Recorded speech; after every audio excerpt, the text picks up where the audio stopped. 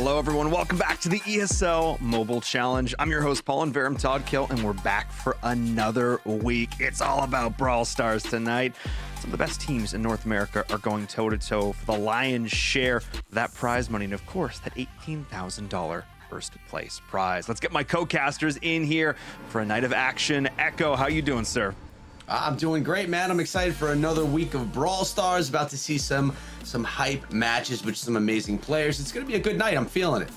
Oh, absolutely. We have some sick matches in store for all of you at home, which means we need someone to help us break down all these plays. Ash, how you doing, sir? Super excited to be back again. Week 2 of the fall season. Man, I get the privilege to spend this evening two of the best casters in the world in Verum and Echo. So nice, so nice. I know the play is going to live up to it as well, so I am particularly excited. But if you're just joining us, if you're tuning in for the first time, you're not 100% sure what the program is all about, basically it's a chance for anybody to get involved in mobile esports, a chance for them to dip their toes into that competitive water, whether it be through the ESL Mobile Open and now into the ESL Mobile Challenge. And there's a lot going on, not just here in North America, but all around the world. So let's take a look at how it all works. This is the ESL Mobile Challenge. Over the last few months, players have been competing in 2 stages of open play, climbing the ladders each month for their chance to make it to the play-ins. In the play-ins, these top teams fought it out, and the best have made it here, to the ESL Mobile Challenge. Here, they will compete against each other each week, testing their skills, their communication, and their teamwork, all to determine who deserves to advance to the finals. It is at these finals where we will crown one team the best in their region and the ESL Mobile Challenge champions. I mean, you saw it there. It's all about becoming that ESL Mobile Challenge champion, which means you got to get to the finals first, which is what these 4 weeks of competition are all about. We've already had one under our belt, Echo, so let's take a look at the standings and how things shook out. Yeah, let's take a look and check it out. Up top, we have Stamina Esports plus O.O, both sitting at 2-0, no losses so far. Then in the middle, we have Revenge Tour, Losers, and Vatra Gaming Gold, all with 1 win and 1 loss. And then Tribe Gaming NA, No You Esports, both 0-1. Evil Space down below, sitting at 0-2. But these are all about the change up tonight. I don't know how they're going to change up just yet, but they're definitely going to change up. Ash, what are we looking at here for this upcoming match that we have? First matchup, man, Tribe Gaming versus No You Esport. That's going to be an awesome game. Can't wait for that one. Then we got O.O versus Revenge Tour. I remember O.O with the upset last week, defeating Tribe Gaming. No one expected that. This is going to be a thriller again against Revenge Tour, which is another amazing team in North America. Our first matchup between, of course, Tribe and No You Esports. We've got Poco being banned, one of the best healers. But, that does open doors to Byron. We're also, for the first time, seeing Ash not being banned. Oh, super excited for that. Maybe we're going to see some Ash gameplay. Maybe Byron with the Ash combo. That's such an amazingly powerful combo. And, of course, first time we're seeing Piper banned, because these maps are pretty open, guys. Shooting Star, Center Stage, Cute Angle, Hot Potato. I think these were definitely some strategic bans here from No You, because when you're going up against Tribe Gaming, they have some of the best long-range players in North America, no doubt. Zulon, Second, Tyrant, these 3 have been an absolute menace over. They started off 0-1. They have shown that they can bleed, and No You Esport is going to look to try and build upon this, see if they can't bring Tribe Gaming down one other step here. This one's going to be interesting. I also think it's fun to echo both these teams, very similar color palettes on their logos, as we take a look at some of the opening stats from the first week. Yeah, we're always checking out how fresh everyone looks, of course. And yes, they do have that same palette. But what we're looking at right here are the total amount of damage, healing, and kills from week 1, from last week. So this doesn't take into account how many rounds were played, how many sets were played, if it was a win or a loss, just overall numbers for everyone to take a look at there to give us a general idea of what actually went on in those matches. Yeah, 100%. definitely. Because the thing to keep in mind, and Ash, I know you can talk to us more about this, it's this idea that, we look at these numbers, especially for the first couple of weeks in a bit of a vacuum. It's not a very big sample size. But as the weeks go on, we're definitely going to be able to find some additional trends. And we'll see which one of these teams can put up some of those bigger numbers, especially in terms of those kills. That's what I'm looking towards as we get into our first match here. Echo, Ash, let's go. Yeah, let's jump right into this one in Brawl Ball. We have Tribe in blue down below, and we have No You Esports up top in red. Right now, fighting for that positioning, fighting for the middle of the map, trying to advance this ball. But again, we all know that positioning is so important. So that battle is happening right now, Ash. Yeah, look at Lucky Bear on the left side. Lucky Bear is one of the best thrower players, by the way, in North America, and he did win his matchup against Tyrant, who was a Spike. Sprout is probably the best counter to Sprout. And not only that, I love what Corey's doing with the Griff. Having that brawler with that gadget to open up the map is gonna be critical. It's gonna be so essential in this matchup against a Sprout, Rico, brawlers that, utilize walls to the fullest. Yeah, completely. And when you have a good thrower, it's tough to deal with them sometimes, especially when those walls are not able to be taken down. You mentioned Corey's play, though. We didn't see Corey last week. I'm happy to see him back in the lineup here today and doing a little bit of work here with Griff to start things out. Staying alive there as well with only 112 health. Looks like Tribe can advance that ball a little bit, start to gain some position. Zulon going for the shot. Oh, and it was just saved by Toast. I couldn't see on the screen, but I knew it was close. But look at this. Cornered up top, right there by the No You Esports goal. Taking down one. Slash is still staying up strong with Rico. Corey trying to make his way over to that ball, waiting for his teammates to make their way up to assist as well. Yeah, now the ball is cornered, but if I'm No You Esports, I would be very concerned right now because in 48 seconds, the walls are gonna all open up, right? The map's gonna open up in overtime, and that means you're gonna be at a major disadvantage if you're a Sprout. So they gotta capitalize on this. There's 36 seconds. They gotta move the ball up and get in a good position if No You Esports wants to win this and take this game. Yep, that's exactly. But I mean, 28 seconds, there's enough time. There's enough time for Lucky Bear to move that up. And I want to just correct myself that that Toast that I mentioned is actually Toast's teammate. I believe that's Min Wong.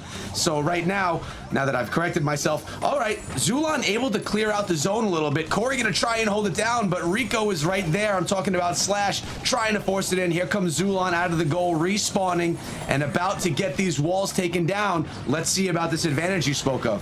Yeah, there you go. Oh. With the finish by Slash, the super goal. That was perfectly executed. I told you, they had to advance the ball, right, in overtime because the walls are going to open up, and you don't want to fall in that hole. If you keep the ball cornered, when you have a Sprout in your team, you're just going to be at a disadvantage in an open area. So what they did, they knew they had to capitalize in that final 30-second of the game.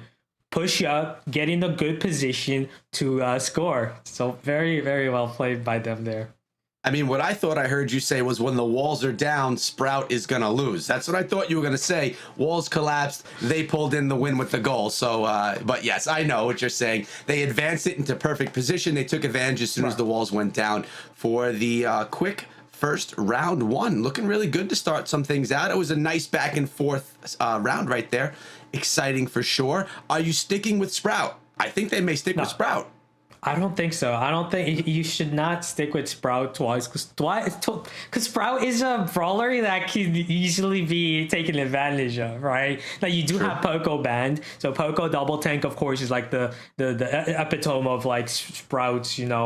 Like you can't run that, right? But you still have the option of running Byron, right? However, Byron, not a very potent brawler on this map. Center stage, lots of walls. And of course, remember Brock is banned, another major wall breaker.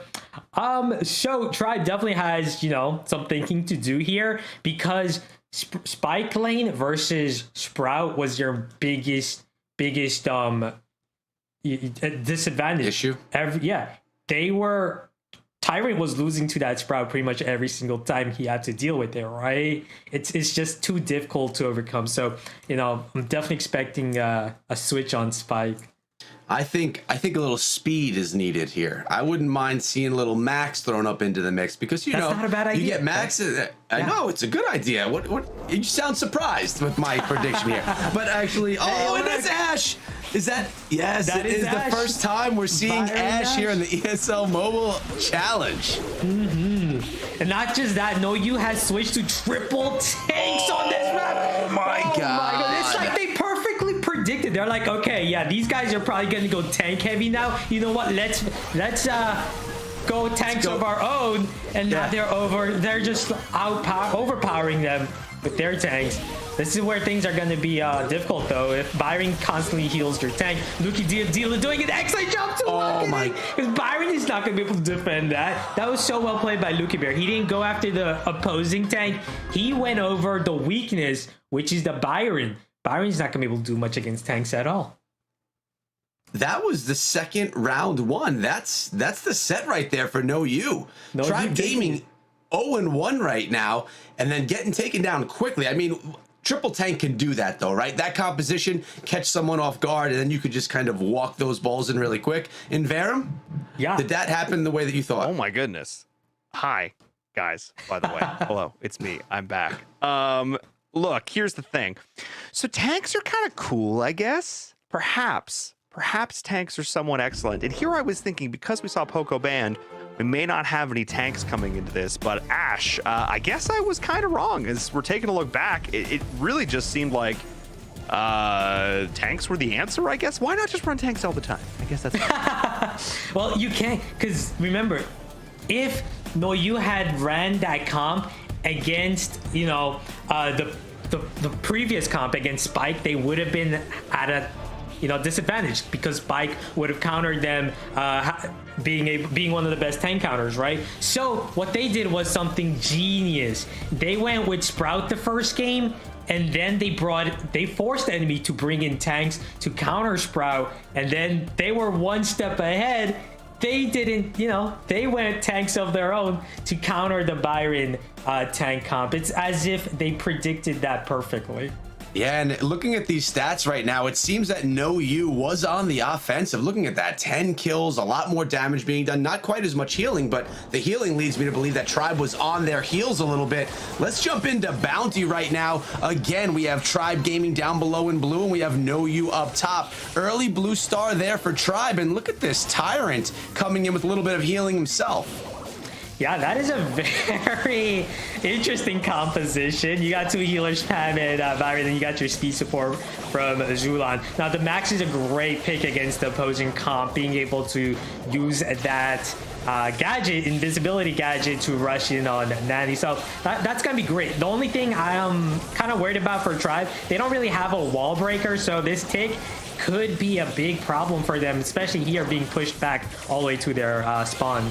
Yeah, I love the idea of getting Pam out there. She's nice, she's thick, she's strong, and she heals herself, and then being able to have Corey heal her up as well. But it seems like there's a little bit of a damage issue. I mean, there's no one that's really scary. What's that? Sneaky with that Leon. Very nice plays. He got 2 kills right there. And they've tied it up. Now, Tribe does have the blue star, so they're still in... They still have the advantage, but Min Wong, man, such amazing plays with his Leon, the Vizzy heal, keeping him alive, and then a slash from the backside takes out Zulan for a massive lead right now. Not massive anymore, but still a lead for No You Esports. Yeah, I'm actually impressed with what I'm seeing out of No You Esports. They're playing aggressive, they're playing strong, and it really seems like they're playing well together, which is a key component of all this. But right now, they are getting backed up a little bit. Tyrants could be a little bit weak right now. We have Min Wong coming through again, a little bit sneaky. Tickhead getting taken down. Zulan doing some work. Corey's got his super. He's gonna drop in. That's a massive amount of damage with the splash. Zulan gonna make it. No, clutch kill by Min Wong, and then the heal, the Invisi heal to heal just back on time against Tyrant, keeping the 3-star plus the blue star to winning. That was extremely clutch, Echo.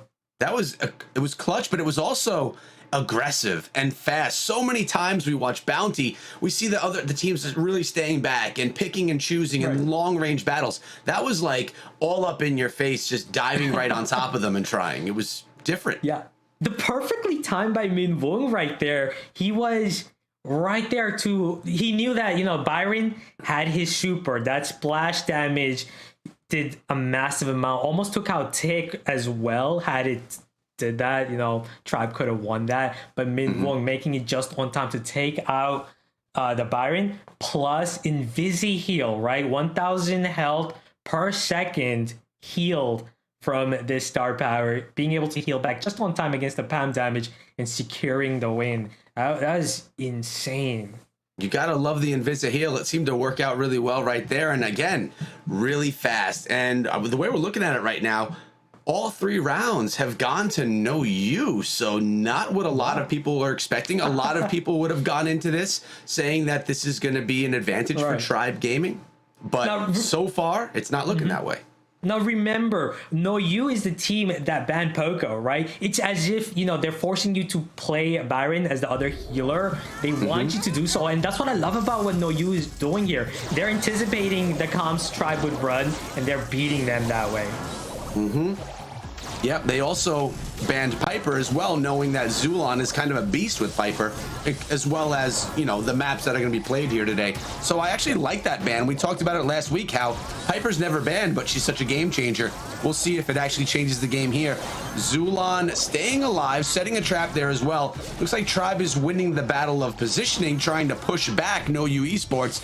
But let's see if they're actually able to capitalize off of this, terrain advantage. Yeah, and what I like here is that Tribe, now they have a tick of their own as opposed to No You Esports. And this is why No You is struggling against Tick. They don't have a wall breaker.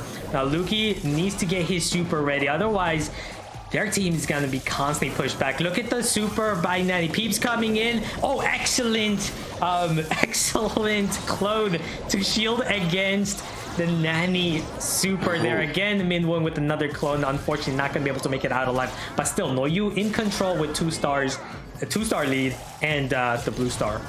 I'll tell you, Min Wong is looking really good. Lots of plays that I'm seeing out of him that are kind of helping dominate or change the game. So impressive to see, and also nice to be able to actually see who I'm looking at here as well with that name change. And we have Tribe Corey moving on up with the tick, just trying to continuously spam, keep those players back, and it's doing a nice job of it. Another tick head incoming. Not doing much though. Bad.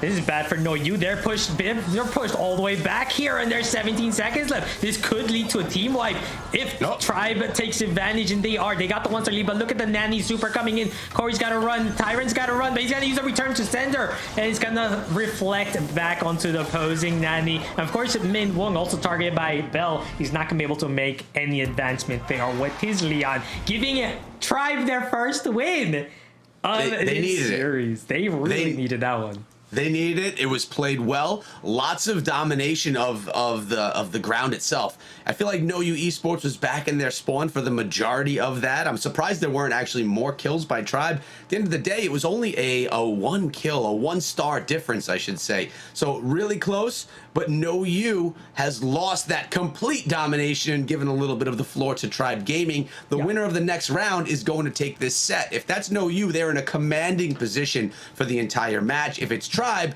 we're back even. So this one coming up means a lot to Tribe. How are you going to change things up if you're a player over on Tribe right now? Well, I was actually very surprised to see No You Esports refrain from using Tick that second game. Now remember, Brock is banned, so that's one less wall breaker. It's as if, they anticipated Tribe to possibly run something to counter Tick. But the thing is, Tick is a brawler that's not easy to counter, right? Especially in the map where a brawler like Brock is banned. He's not going to quickly destroy your walls in the mid area. So, this is why Tribe won this game, having that tick, being able to push them back all the way to the corner at the end, right?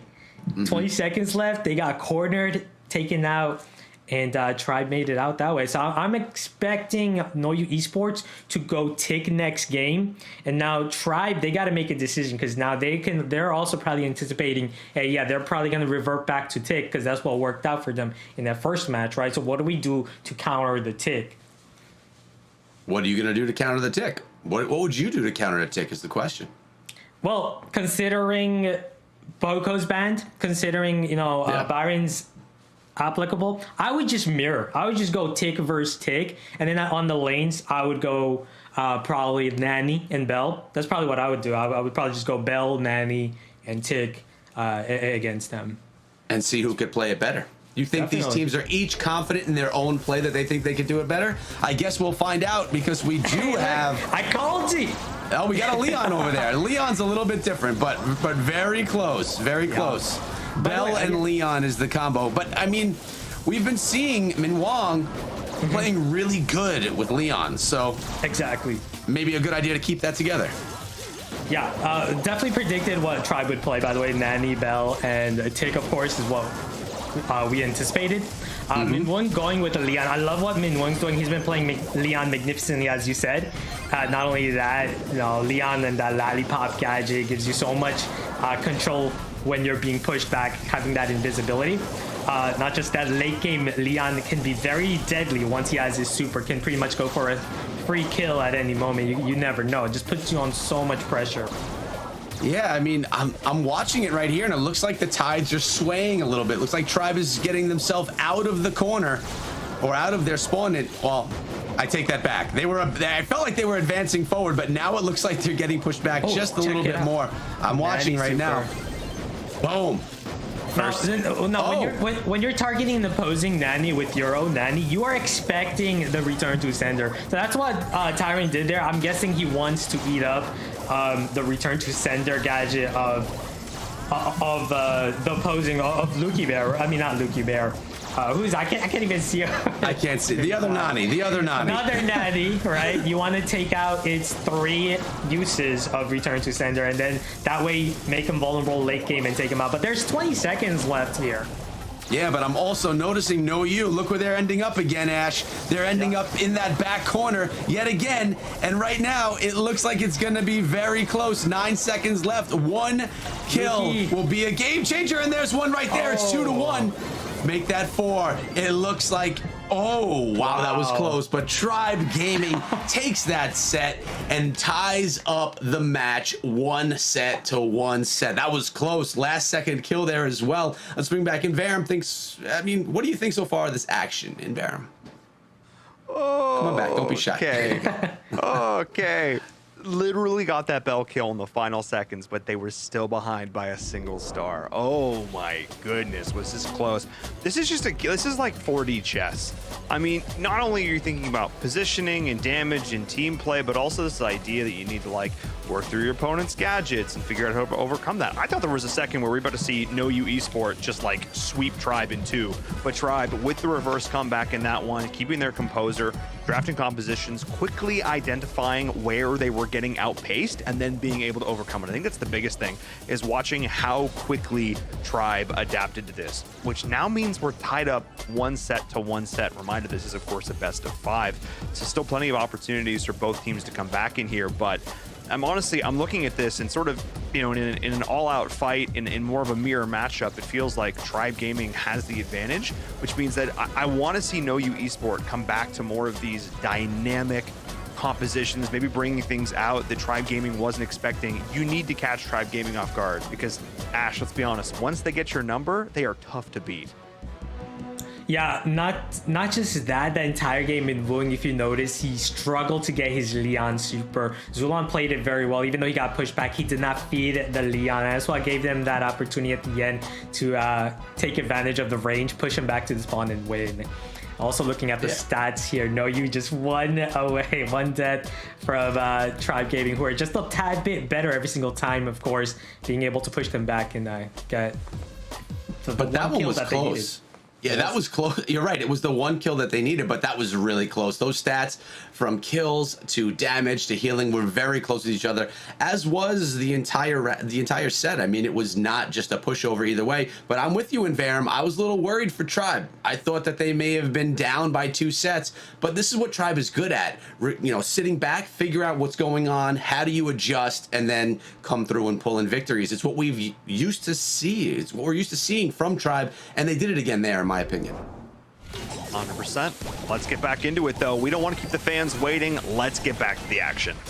Yeah, we're going to get back in on Siege, nuts and bolts. And I'm noticing a Mortis right here being played by Second, and we see a lot of Mortis. Mortis can move around.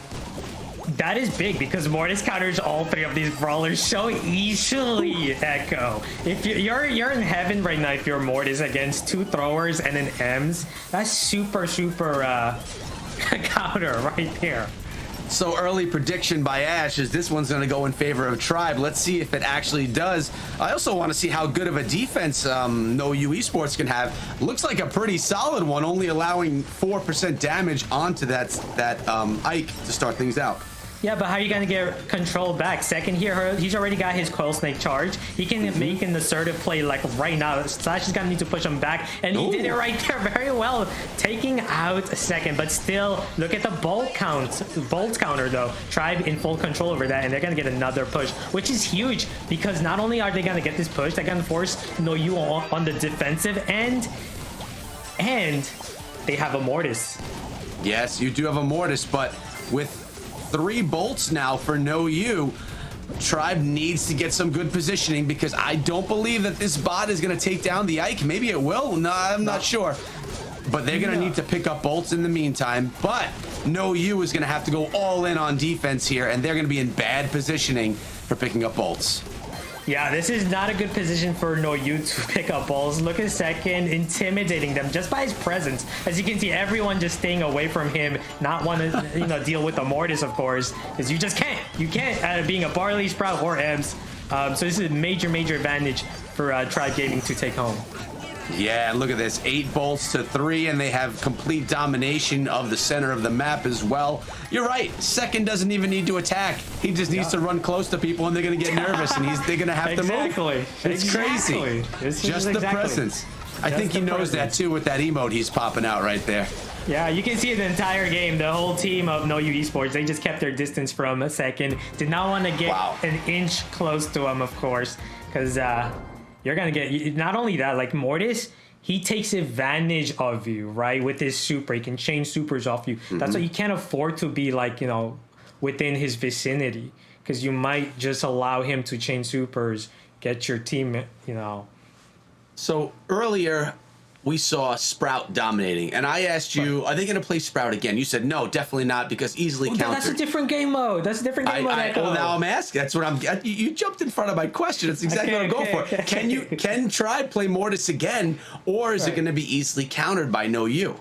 So, Mortis is such a powerful brawler in Siege, being able to dash in, easily grab balls, the best ball picker in the game. Now, I do expect Second to play Mortis again. I would not be surprised if he played Mortis again. I was, though, surprised No You Esports would pick such a weak comp against Mortis, knowing Mortis is like one of the most popularly used brawler in Siege when he's not banned, especially in ESL, right?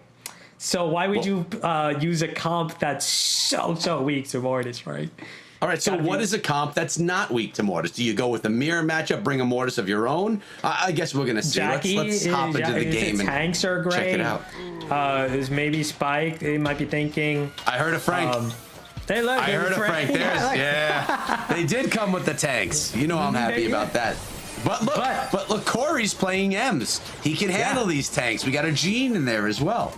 Yeah, they anticipated that. They expected the tanks, and that's why they went with tank counter. And not only that, Gene is an amazing brawler to deal with triple tank, because he can constantly pull you towards like that, or just towards the hide all day. So again, I'm favoring Tribe this game, having full control, having that tie at the first wave, and now 36 seconds. I do believe Tribe is going to be in position to get the second push. It's just so impressive to watch Tribe with these, not strong, not high hit point brawlers just do some work against these really tanky brawlers. Yes, that Gene was sick right there. Tyrant doing a nice job, and I like how Second is supporting as well. Frank not looking so strong right now, but you still do have to get those bolts. Look at this, 11 bolts, but the problem is No You Esports has collected 7 of them, so getting that second push, assuming there is a second push, could be devastating for Tribe. Yeah, now everyone's probably thinking, yeah, No You Esports is in trouble right now. But if I'm No You Esports, I wouldn't worry too much. If I can defend against this push, I've accumulated enough bolts, 8 bolts. And if I can get a counter push, you're definitely in position to win it. And defending this is not gonna be hard, as you can see. Not only that, because Tribe doesn't have a very good offensive comp. They have a great control comp against triple tanks, but they have no offense. Like, they don't have a thrower like Barley to get your damage rolling in on that safe, and that's why they only managed to deal 25% on the safe. So right now, No You Esports is actually in a very good position. If they can get the final push, they definitely have a great shot at winning this game. Yeah, and it looks like right now, like Tribe is having a hard time grabbing those bolts, and No You is going to be able to take advantage of that. As there's only 3 seconds left, there's just not enough bolts on the map for Tribe to catch up. So now they have to deal with a level 11 bot and 3 tanks that are about to be in their face. How are they going to handle this now? I don't see it being able to defend this, but I would be very impressed. Look at me, look, that was a great roll through the water to get additional damage, and that's just it. They just need 1%. One touch from the Ike, and that is game right there. Echo, wow, what a turnaround. Having a great counter comp does not always mean that you're gonna have an easy time defeating a great team like No You Esports. No, and when we first started that round, Tribe had total control, shut down all the tanks. You have these low hit point brawlers all strutting their stuff in the middle of the map, and then it all turned around completely. Yeah, can I add to that point? That's why, you know, when you're coming up with comps for Siege, it's not always about counter comp. You got to think, you also got to think, hey, where's my damage dealer, right? Who's going to go in there and deal some damage? Obviously not Sandy, obviously not Gene, maybe Ems, but you got to be in good position to do so. So that's where, you know, you struggled. You got a very strong bot. I think it was a level 11 in that push, but you couldn't capitalize on it. You only got 25%. That is horrendous. When you had full control, had the push, only 25%. You got to be kicking yourself for that. Strong words there, Ash. Horrendous was thrown out. But what I did see was, I saw Tribe, they won 3 different rounds in a row. Then we had No You come through and win 3 in a row. I mean, we have a trend, and now is it going to go back to Tribe? I don't know. I don't know if those types of things work in that way, but looking pretty good by both of them. And again, we're in a position to who is going to take the set advantage. Whoever wins this next one is going to be up 2 sets to 1 set. And you know, we didn't see Mortis played again though there. Maybe we're gonna see Mortis again. Remember, these 2 teams, they love switching things up, playing mind games, right? That's what makes them such great teams. Might see Mortis come back with second, right? Because that's what happens when you win a game with certain brawler or comp. You tend to revert back to it. That's why we see teams doing a lot. Not this time by second though. They decided to go with Sprout. Double tank with Sprout against the triple tank combination right here. Interesting. Is this a typical comp that you see here? Not typical at all, but that was amazing outplay by Tribe on the first push here. They're gonna get the first push coming in, and not just that, having Sprout, that ability to, you know, shoot over walls, something they lacked in that previous game, will give them additional damage. Now Sprout's not like a Barley, not a high DPS brawler, so it's gonna come down to whether second can make his way, get a good, you know, super, but it looks like they're just gonna play it safe. They're just gonna use that push just for control, and Corey's got to get in position to drop those walls to block them. So he's probably gonna do it right here. No, he's still holding on to it. Interesting. He's holding on to that super for a very long time, allowing Luki to get in there and grab a whole bunch of bolts. Actually, Corey can't do much. He has to keep his distance, just keep picking away, but it looks like No You is, well, they're definitely going to be taking this second bot. Can Tribe Gaming defend, or is No You going to come on through? And, I mean, there's a lot of power coming at this Ike right now. I think Corey was a little way too conservative not using his super with Sprout, and mainly it's because of this. He wanted to save it for defense, which is okay, but then again, you got to also look at, you know, your bolt count. You only have 1 bolt. Even if you defend this, you know, you're going to be at a disadvantage, because look at No You. They got triple tank, and if you're a Sprout, you just don't have the DPS to overpower triple tanks for gaining control. So I feel like Tribe is in a difficult position right now. Well, we're going to see. That was an impressive defense, I have to say. Corey playing Sprout well, but look at this. There's Min you're right. Outplay against Tyree, they're going to get enough bolts to secure the victory against Tribe. Taking Siege, Echo. They're going to be able to take Siege 2-1 after this game. I'm already spoiling it for everyone, because You guys know it. There's no way stopping this push. Come on, No, guys. there is no stopping this push. Just one strike against that Ike, and it's going to be a victory right here. For unless this bot keeps having to play Ring Around the Rosie, but even if not, we had Lukey Bear coming in there doing some damage on that Ike, and that is going to be it for Tribe in Siege as No You Esports takes the set. It's 2-1 in favor of No You. Looking strong. It seems like, we talked about before how Tribe switched things up and thought about it. Now No You doing the same thing. And Varum, why don't you come on back and give us your thoughts on what you just watched? I'm a little bit surprised, I'll be honest. I mean, Tribe looked so good in that first round, and then it feels like for the first time really in a while, they lost, I want to say, really off the back of their compositional choices. They're always the team that we tout of being able to outbrain their opponents, constantly coming up with great counter picks and great counter comps. And yet I don't know what their plan was with that last comp in particular. I mean, again, they looked, the Gene play was great. The Mortis play was great. Like, Tribe had these great individual moments, but No You knew their win conditions. They knew what they needed to do to win. They didn't get flustered in that second round. They were able to wait till the final push, build up that bolt count, bring out a massive bot right at the end. I think it was like 11 bolts or 10 bolts here. Yeah, at the end. And was able to, pick up the victory in the second round. And then the last one, Ash, I mean, I want to get your thoughts on this too. Tribe's whole composition was built for defense. It was just a comp that was trying not to lose the game. But I don't know how they win with that. Even after they got the first bot push, forced No You all the way back to their Ike, they gave up map control immediately. They had no way to hang on to it. Right. And that's also had to do with like Sprout. Sprout's like one of the worst brawler to deal with triple tank. You're just in a major, you're basically a major liability for getting control against that. And that's what I felt like. I agree with you. Their comp choice was definitely questionable there. Against No You Esports, who have been doing so well with these triple tank comps. But check out these stats right here. No You won Siege, yet they had 10 less kills than Tribe. They had 10,000, or was it 100,000 less damage? So it shows that it's not always about the kills. It's not always about the healing or the damage. These game modes have more involved, and Ash is back in the form of Slash. And we also have Second back with Mortis. Curious to see how Ash is going to counter Mortis. Oh, Tyrant as well playing Ash. Yeah, for the first time, we're starting to see Ash being played, of course, not being banned. Byron-Ash combo, one of the strongest combos in the game. And the best way to counter it, in my opinion, is to not to try to constantly target an enemy Ash, but try to take advantage of the enemy Byron. So that's I think what we're going to see Second doing. He's going to position himself to target the enemy Byron rather than dealing with Slash, who's the Ash getting healed by the Byron. Yeah, and look at this right now. No You Esports sitting with 7 of the gems. By the way, we're watching Gem Grab right now. I never said that. I saw Ash, got excited. Never let everyone know what we're watching right now. But look at this. Lukey Bear coming on in there strong with Rosa, but Tyrant able to shut it down. Oh, or trying to. It's so close. Back and forth battle right there between the two. Ash needs to get himself powered up again.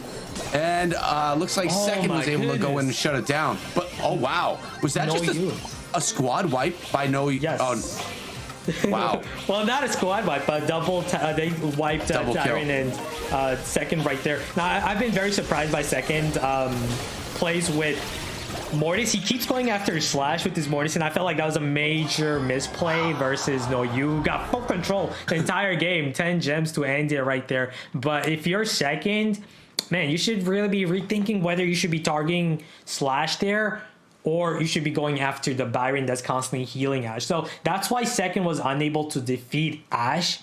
Constant heals from Byron, not just that. When you go after and attack, when you attack Ash, you enrage him. He does over 2,000 damage per shot, right, with that enraged attack.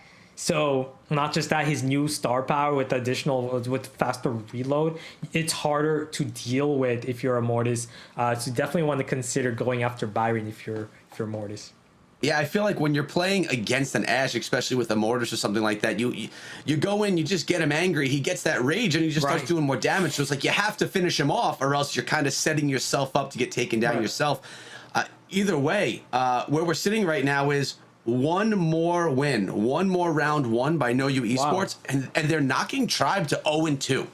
This is their opportunity to do it. They can do it in this upcoming round or the one after, and they could close this whole thing out and end the entire match.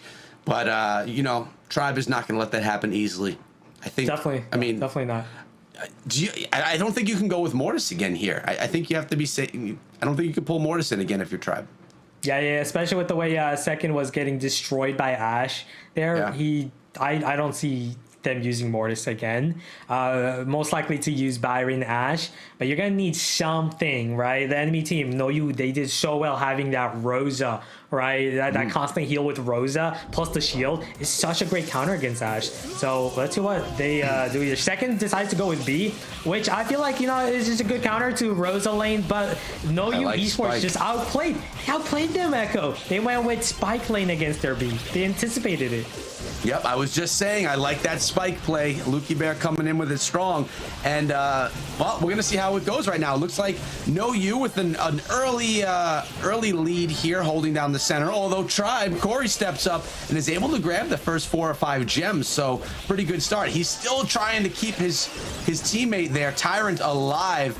But right now, Slash is coming in fast and strong and pretty angry right now. Look at the difference here. The positioning has changed. And you like that, don't you? You like that Lukey Bear play.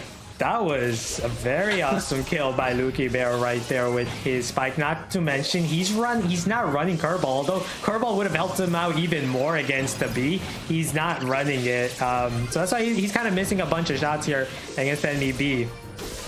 Yep, but we've been seeing a sway back and forth of position of the center. Tyrant with the kill right there against the opponent's Ash as well. And right now, Tribe is looking like they're in a pretty commanding lead of mid. Question is, are they going to be able to hold it? There's only one more gem needed by Tribe, and then they can start retreating back to their spawn. Yeah, if you're No You, you got to be more aggressive here. You got to be more aggressive because now Tribe's got 10 gems. The good thing is Tyrant and Second are both holding 1 gem. So if you can just get a single kill here, you can reset the countdown. Oh boy, and Tribe staying strong. This is looking pretty good for them right now as Corey is staying back, keeping his teammates alive. And that is a win for Tribe, tying up this set 1-1. It comes down to this last one. If Tribe wants to stay alive, they need to win. If No You Esports doesn't want to make it over to Heist, they need to win right now and not give Tribe the opportunity to come back. This is a pretty great match, man. A lot of back and forth. It's like at first Tribe looks so good. Then you're disappointed with Tribe and vice versa for both of the teams. It's crazy. Yeah. That was a really good comeback too. Like the whole time, do you remember how Slash was just outplaying Tyrant with his Ash, right? That constant heal. Pushed Tyrant all the way back, even took him out at the start, right? And then they lost control. They got pushed back. Second came in with this B, and he started. If you watch that game, man, he dodged like 10 straight shots from the opposing B. I don't know how he did it, but he dodged every single shot against the Spike and won his side, as well as assisting his teammates against the opposing Ash. And you mentioned it too. You mentioned Curveball was not in play. I wonder if Curveball is in play, it would have been a little bit different. I think so. I think it would have been different. It would have been a lot harder for Second to win that lane against B. But we know why Lukey Bear did go with Spike. It was because he couldn't afford them to run double tank with Byron. You need the fertilized star power for that. Makes sense. And we have a Mortis now on No You Esports side of things, an Ash and a Byron. All right, this is going to be exciting. I want to see how Min Wong plays Mortis, although it's hiding right now in the corner of the screen. So far, it looks like he won that battle. Second is about to get spanked around. Wow. Early control for Tribe right here in the middle of the map, and pretty dominant. Look at this spawn trap. Echo, this is the exact comp. The comp No You Esports are running is the exact comp Tribe lost in that first match, if you recall. Yes. But wasn't Tribe running the Mortis in that map? Yes, and now Min Wong is running Mortis, and he's showing how it's done. Oh, but Second wins that battle with B. You're right. So they just stole the comp from Tribe, and they're hoping to play it better. And they are playing it better. Look, they got 8 gems to Tribe only having one. Not just that, having Mortis is a huge advantage against their comp. Because look at what Minwung's doing. He's staying away from the opposing Ashe. He's staying away from Ashe. He's going after the B. He's going after the Byron, and that's what you want to do. And that's what Minwung is doing. He's in a really good position, flanking behind them, gonna trap them. Look at that. He's going for the Byron. Exactly what you want to do with Mortis. What a great kill. What a great kill. And that's it. That's They it. just have to hold the middle a little bit, retreat back, They're going to have this win. They will, because Wow. there's no way Tribe is going to make it in there with just 7 seconds left. No You is going to take this match in the bag, Echo. Oh my goodness, this was not my prediction. I'll go out there and say it. It wasn't But mine wow. What a nice win. I mean, that was not a commanding win, but it was definitely a great one to watch. Back and forth, and Tribe Gaming going down to No You Esports, taking that match in Verum. I don't know how your predictions went down, but that was back and forth, and It's fine. Tribe It's lost, fine. man. Look, this is better because we were all surprised, and this is what the mobile challenge is all about. It's about giving teams you may not be as familiar with an opportunity to step up and take on the giants of their regions. In this case, one of the big boys in North America. I'm talking about Tribe Gaming. Of course, you know, these are experienced veteran players on No You Esports. I mean, these players have been around the block. They know what's going on. It's, you know, so there's still that for sure. But it's plays like that, Lukey Pair. Oh my goodness. It's those kind of plays over the course of this that really set them up for this success, coupled with great compositional decisions. And you said it, Echo. This was not a clean win per se, but it was a scrappy one. It showed a lot of heart, and it's definitely, I think, making us scratch our noggins a little bit looking at the state of this overall leaderboard. I think it's impressive that No You came through with Tribe's comp that Tribe lost with, and they won with that comp to win the entire match. I mean, that's a statement right there. Exactly, just as you said it. They brought their comp and they showed how it's done. I love what Minwung did there with his Mortis. It's played so well. And look at this. Now the stats are in favor of No You. Just how quickly it went from one side to the other here. Even the stats agree. I mean, they look good.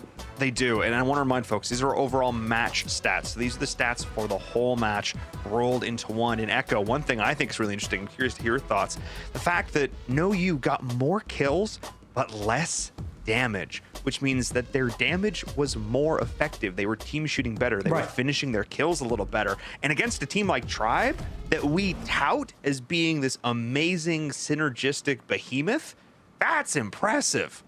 Yeah, I mean, like I say, the stats are a lot of fun to look at, but there's a lot that comes into play as well. Like, how many hit points were the brawlers having? Were they running a triple tank where it's a lot harder to take down those brawlers as well? But still, lots of fun to look at those stats, and it does give you some type of an indication of how people are playing. Either which way, that was a great match overall, and No You Esports impressing all three of us, I think.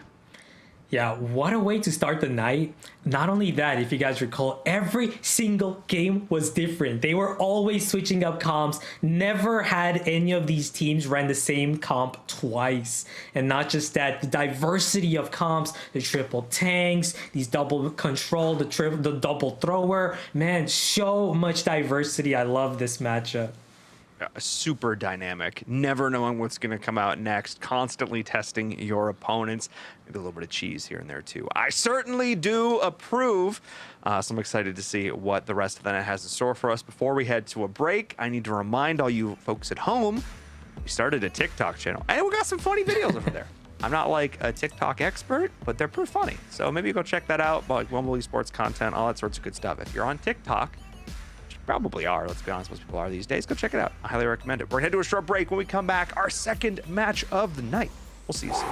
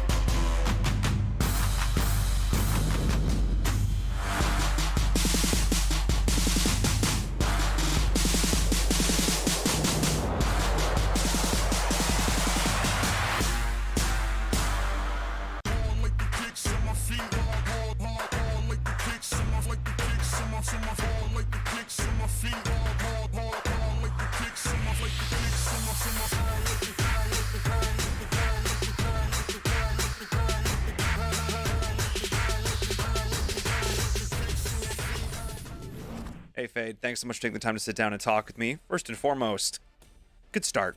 2-0. Pretty solid way to start things off here for the ESL Mobile Challenge. Talk to us a little bit about your thought process going into the first week, and then now going up against Revenge Tour. Feeling pretty confident for that match? Yeah, we are pretty good friends with Revenge Tour, and we know how they play. They know how we play, but we've been playing the game a little bit more than them, so yeah, we're pretty confident going into this match. I mean, I feel like that's definitely a huge factor, especially because there are constantly updates coming out in Brawl Stars. I feel like the meta for this game is always changing. Talk to us a little bit about how important it is to keep practicing, making sure you're on top of all the newest trends. Oh, it's definitely one of the most important features of being a pro because, like you said, there's updates every single month, and they just Supercell, you know, they throw things at us like the tanks getting these passive supercharges. Like, you just always got to be up to date with the meta and being able to adapt to it. 100%. And right now it feels like there are a ton of different compositions that are viable. Super long range sniper comps, double tank healer, speed comps. Like, it feels like there are a lot of different things. Talk to us a little bit about what like the mindset is like when you're going into the draft phase trying to get that perfect comp to outdraft your opponent. Oh, it's all mind games. It's pretty crazy right now. Like you said, there's so many different combos you could do. So you just got, it's not purely just like RPS. You can outskill someone, but it's like having the better comp always does you better, and you always just gotta have that other comp in the back of your head that they might be going. For sure. So you're trying to like, this is what we think they're going to go, and this is how we think we're going to counter it. But if they go this other thing, hopefully we'll do okay, and we're not going to be at a huge disadvantage. Man, I am always floored, like especially listening to Ash, like when you guys come in all these different compositions. It's always so much fun, and I cannot wait to see what you guys come up with this week in your match. So best of luck. Thank you.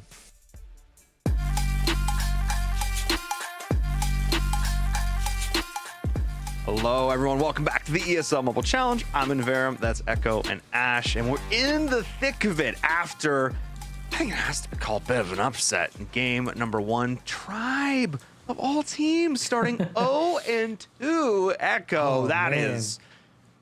We had a script. I'm throwing it in the garbage. It wasn't what I was expecting. I mean, you know, we saw Tribe last season. They were pretty dominant. They just always played well. You could kind of rely on them. They were like a reliable horse, you know?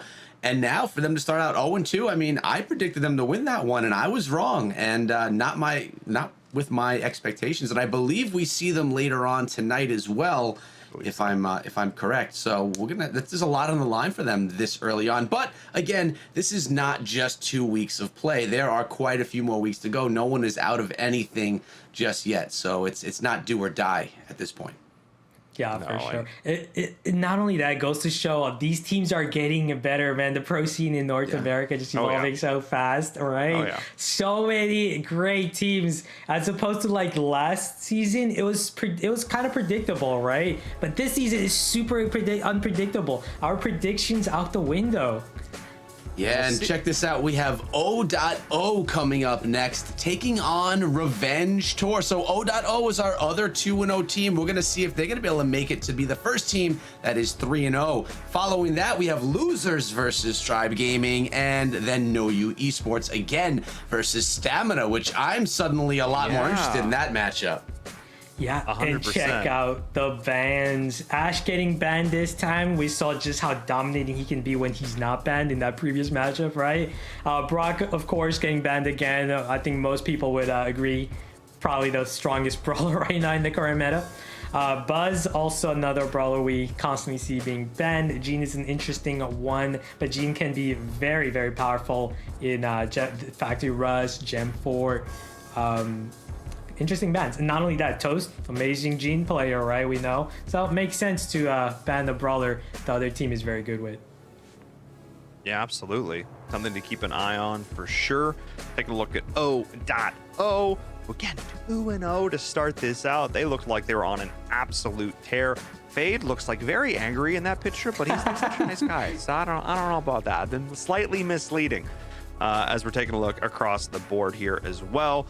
At the rest of Revenge Tour. Again, players that, you know, they say they know each other. There's been a long history potentially with these teams. They know how each other play. Beasts. They all are. Every single one of these players is mechanically excellent. So I think it's really going to come down to who can take that team play to the next level. O.O says they've been playing more. We'll see if that gives them an edge. And looking at the overall statistics, I want to say I think these are somewhat misleading because I feel like O.O won their games quicker, which means they might have it means they might have a slight edge there. We'll see as we get into our first match here. I don't want to talk anymore. I want to see some gameplay. So let's go. I agree. Let's let the gameplay speak, not the stats right now. We'll talk about stats after this match to see how it all goes through. But starting off nice and quick, we have Revenge Tour up top in red, and we have O.O down below in blue. Who's going to gain position first of the center of this map and really have control of that gem spawn? And so far, it looks like a little bit of back and forth here, but Revenge Tour is there. It was there in middle.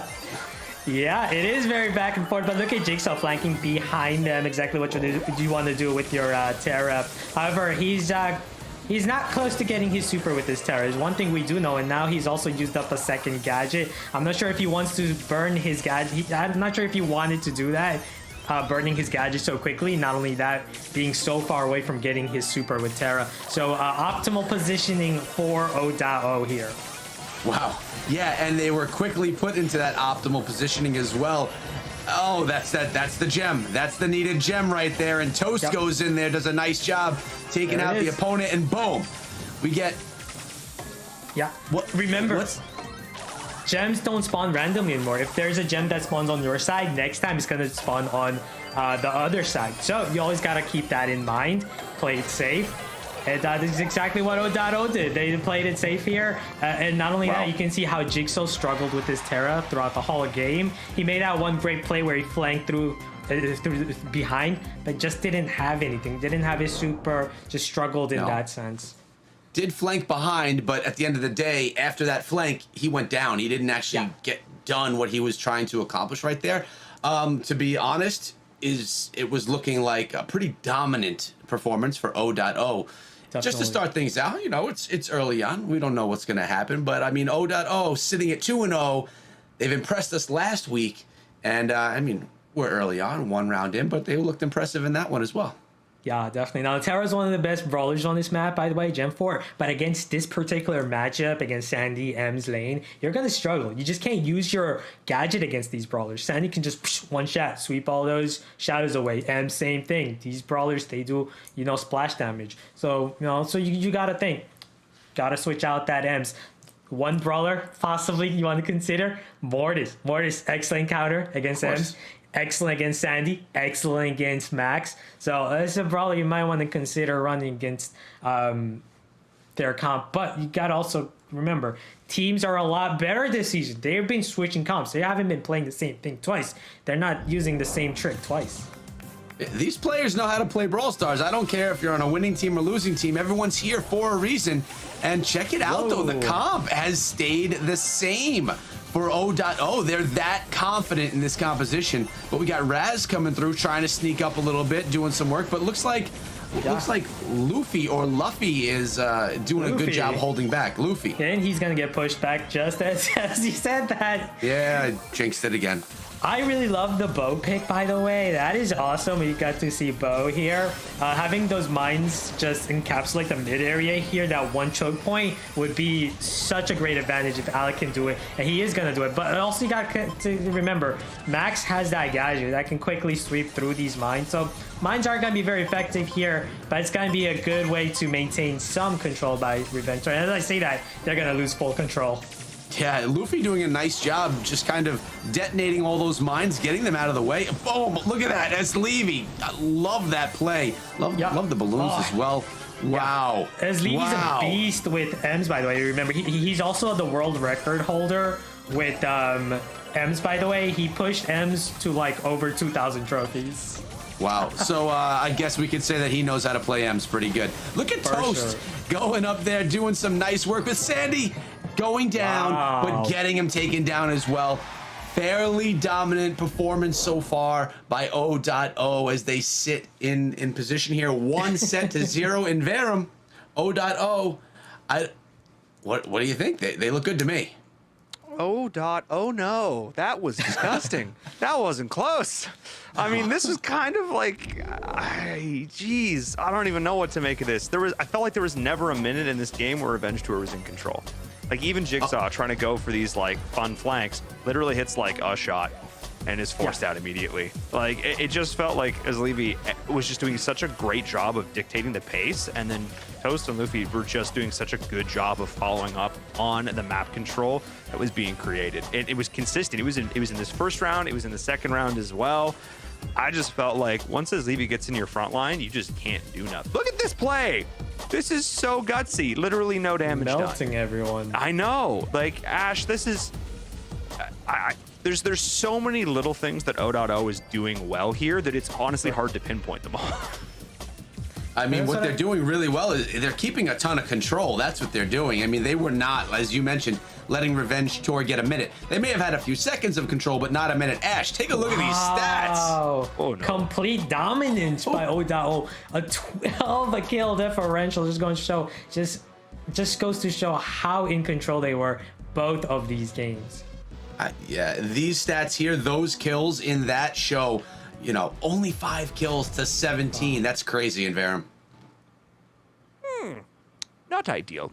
Let's look. If you're a Revenge Tour, you got to get out for some revenge now. Got to shake that one off. We'll see if they can do it because we're getting right back into the action, boys. Let's go. Let's see if Revenge Tour can get some revenge. I like what you did there in Verum. Let's see if they can get that revenge, as I'm noticing both of them have a Leon. Is that a standard brawler for this map here, Ash? Yeah, Leon, pretty much any map almost with a wall that you can place that lollipop gadget, Leon will be good. He's an amazing brawler. A lot of people might even consider him a top 5 brawler in the game right now.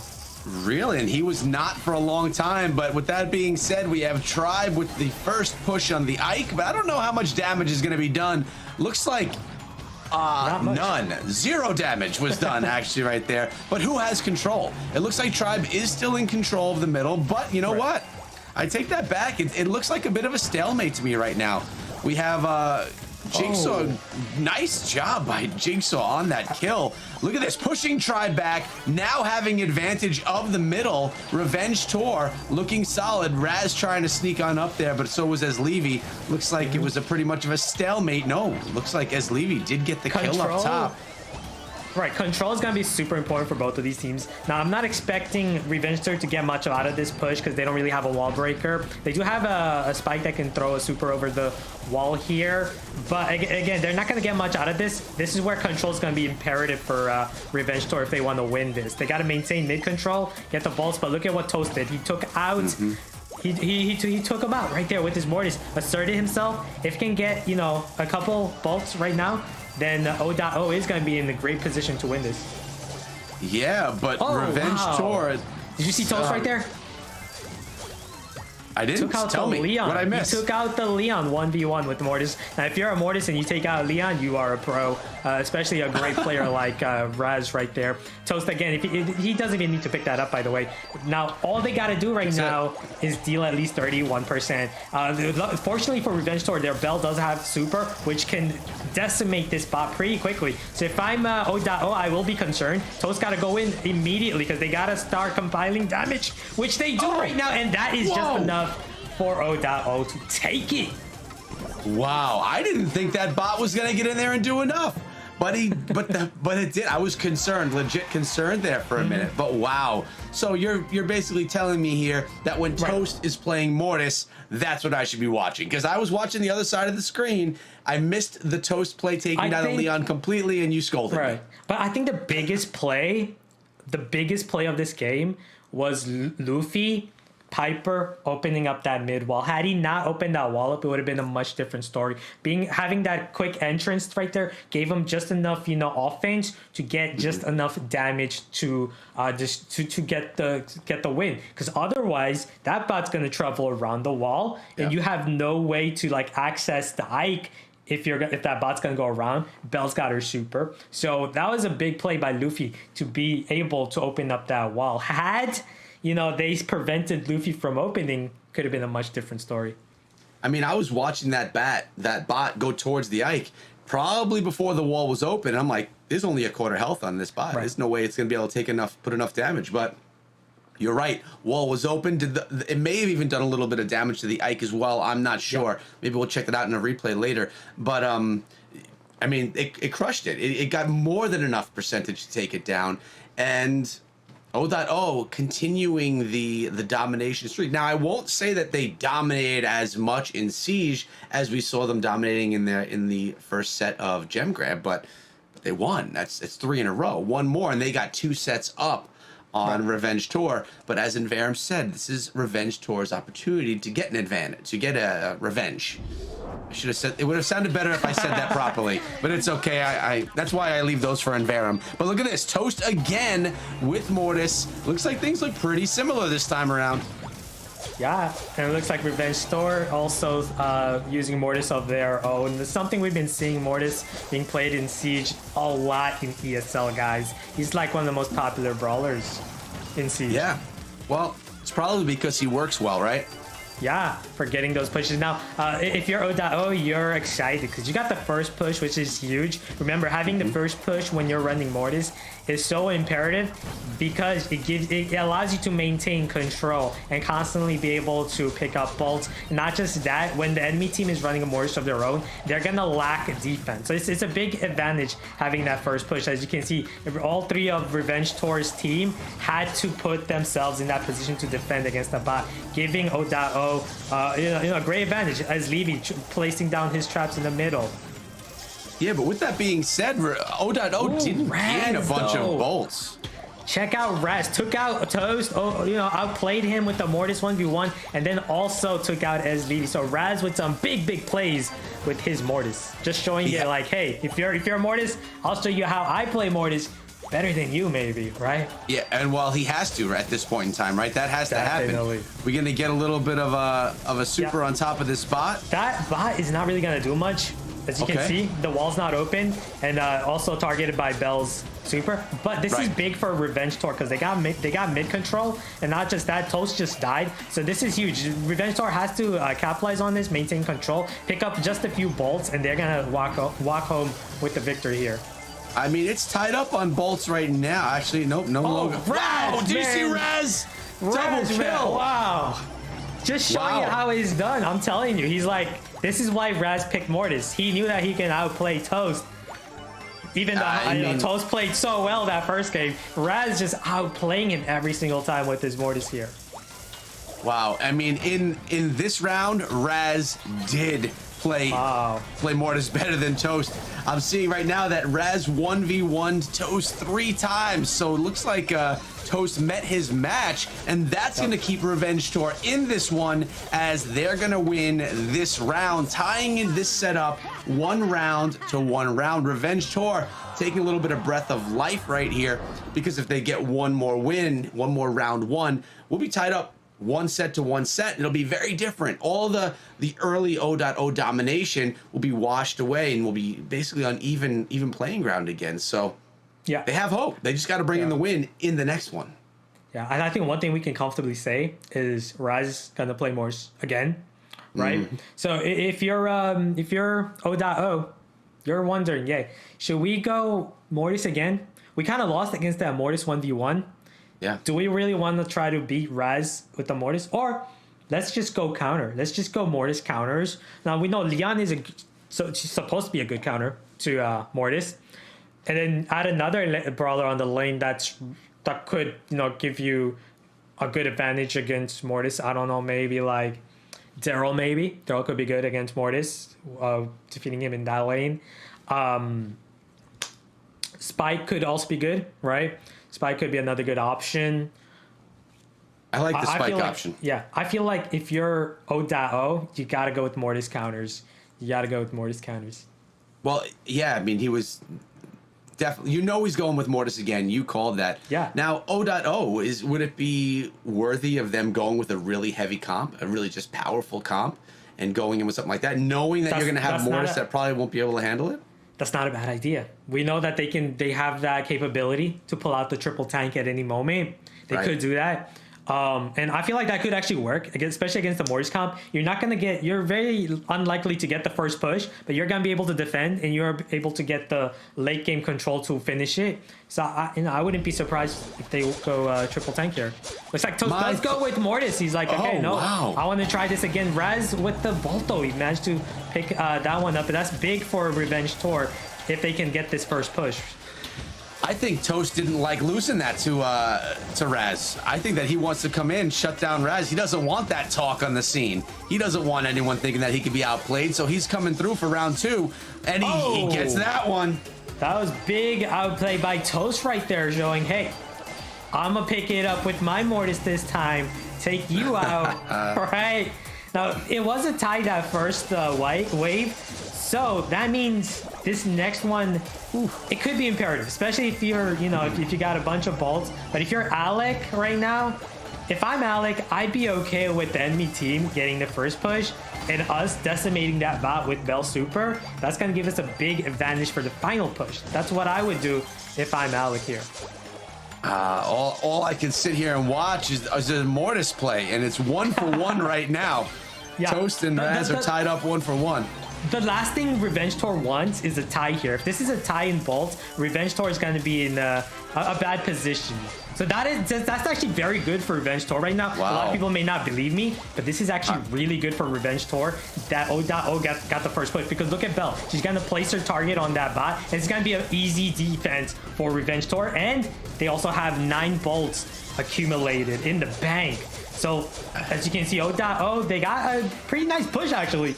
49% thanks to Toast aggression with Mortis. But this is where O.O gave up full control, going aggressive, that they're going to need to defend this. And I feel like O.O can definitely defend it, particularly because Revenge Tour does not have a wall breaker to open up the mid wall. We're going to see. I mean, I like to see a little bit more defense waiting for positioning. O.O really, like you said, Toast went all in on that Ike. Did the damage, but they got to defend. This is where I'm concerned.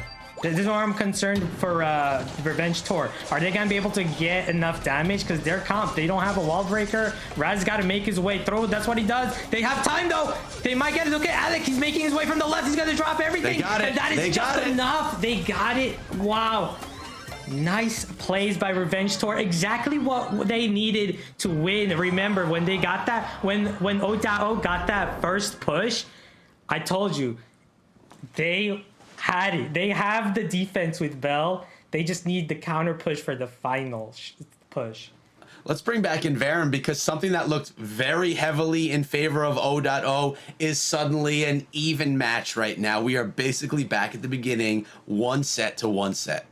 Yeah, I mean, all tied up. That was huge. That was huge coming in from them. And honestly, like, I couldn't take my eyes off the Mortis 1v1. It was back and forth. I just, every single time I was like, who's going to win it this time? Who's going to win it this time? And I think overall, like, the final result was, I think, like 5-2 or 4-1. It's kind of, there's some teammate interference on a couple of them, so it's hard to rule it as a straight 1v. But I think Raz, I think there's, can't understate it. I think they definitely came out as the victors here. And again, obviously there's a lot more going on in the rest of the squad and the team with cohesion, but that's just so fun. Look at the right side of your screen. They're just going after it. They get the double kill there too. That was sick. That was so sick, Ash.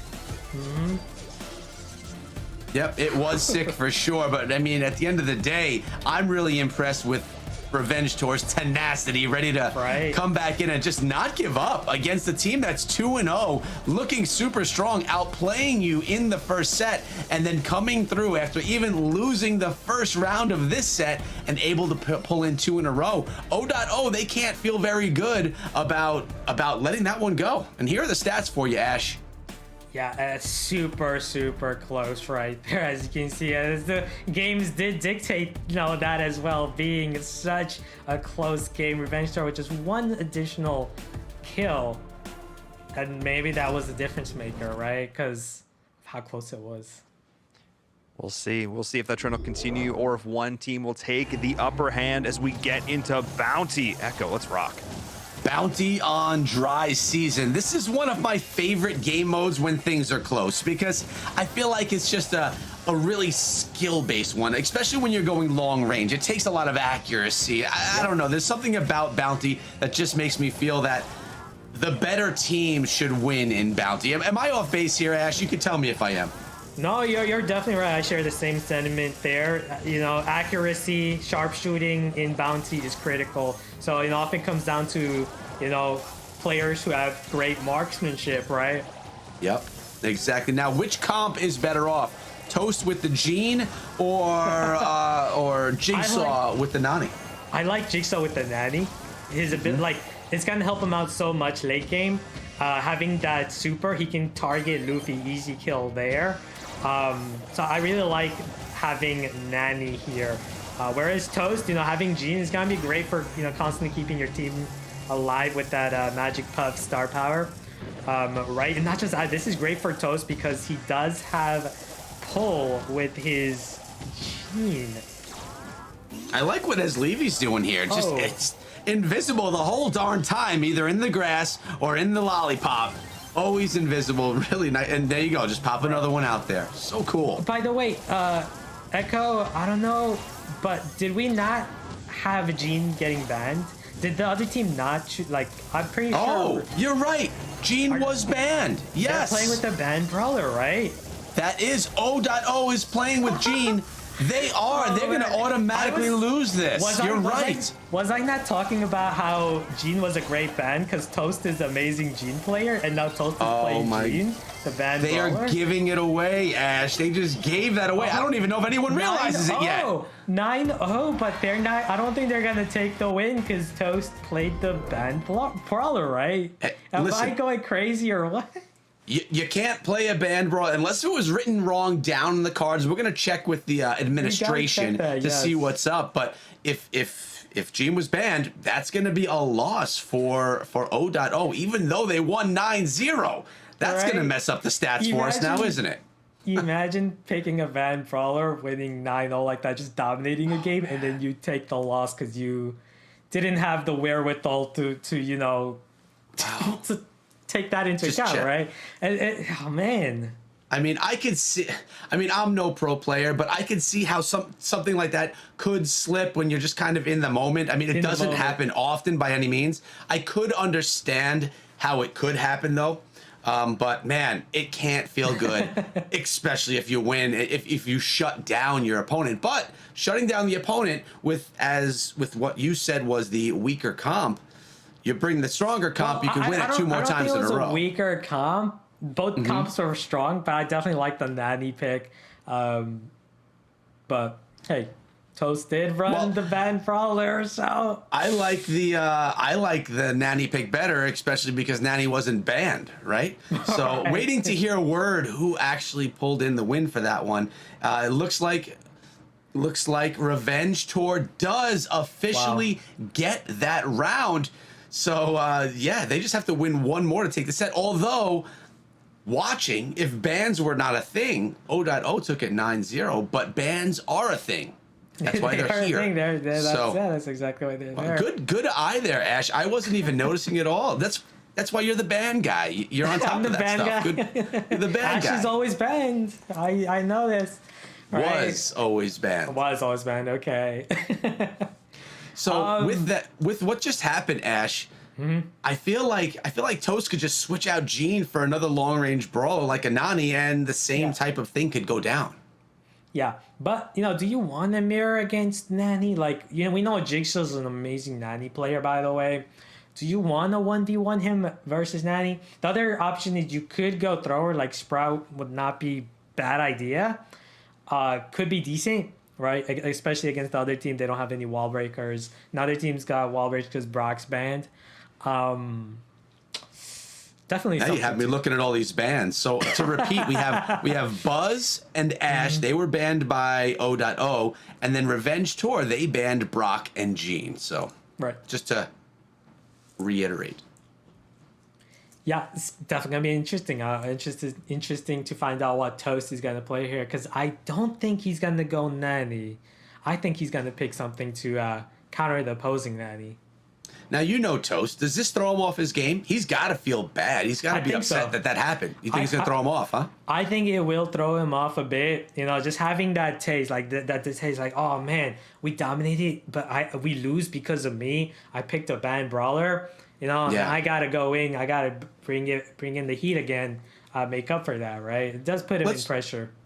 Let's bring back in Varum for a second. We have a few extra seconds here. So in Varum, banned brawler. So this is actually something I'm like kind of familiar with, this whole idea of like player psychology. I've been around the block a few years now in terms of esports, and that kind of play definitely. I actually, if they'd lost with a banned brawler, I actually think it would have been fine, because they're like, oh, it was banned, it was dumb, it wasn't the right play anyway. Yeah. Whatever. But in this case, because they won and won so convincingly, Right. that makes it worse. Like that makes it worse. But it's also a testament to Revenge Tour for why they banned that brawler in the first place. That's the nuance. That's the next level of the game. There's a reason why you did, because Toast is a menace. And, and especially off the back of having just basically lost the Mortis 1v1s. Right. Trying to come back in on a brawler you're amazing with. So, yeah. I just want to say, like, I think another thing we should also account for is Revenge Tour banned Gene. How do we know that they didn't, you know, try? Like, they knew that, hey, we're going to get this win automatically because we already banned. Why even try this game, right? Actually, looking back at it, at the stream, I added up on my other monitor, they definitely played really, really passive there. I actually think there was a good chance that they were They didn't even have to try because they knew they were going to get the win auto. Yeah.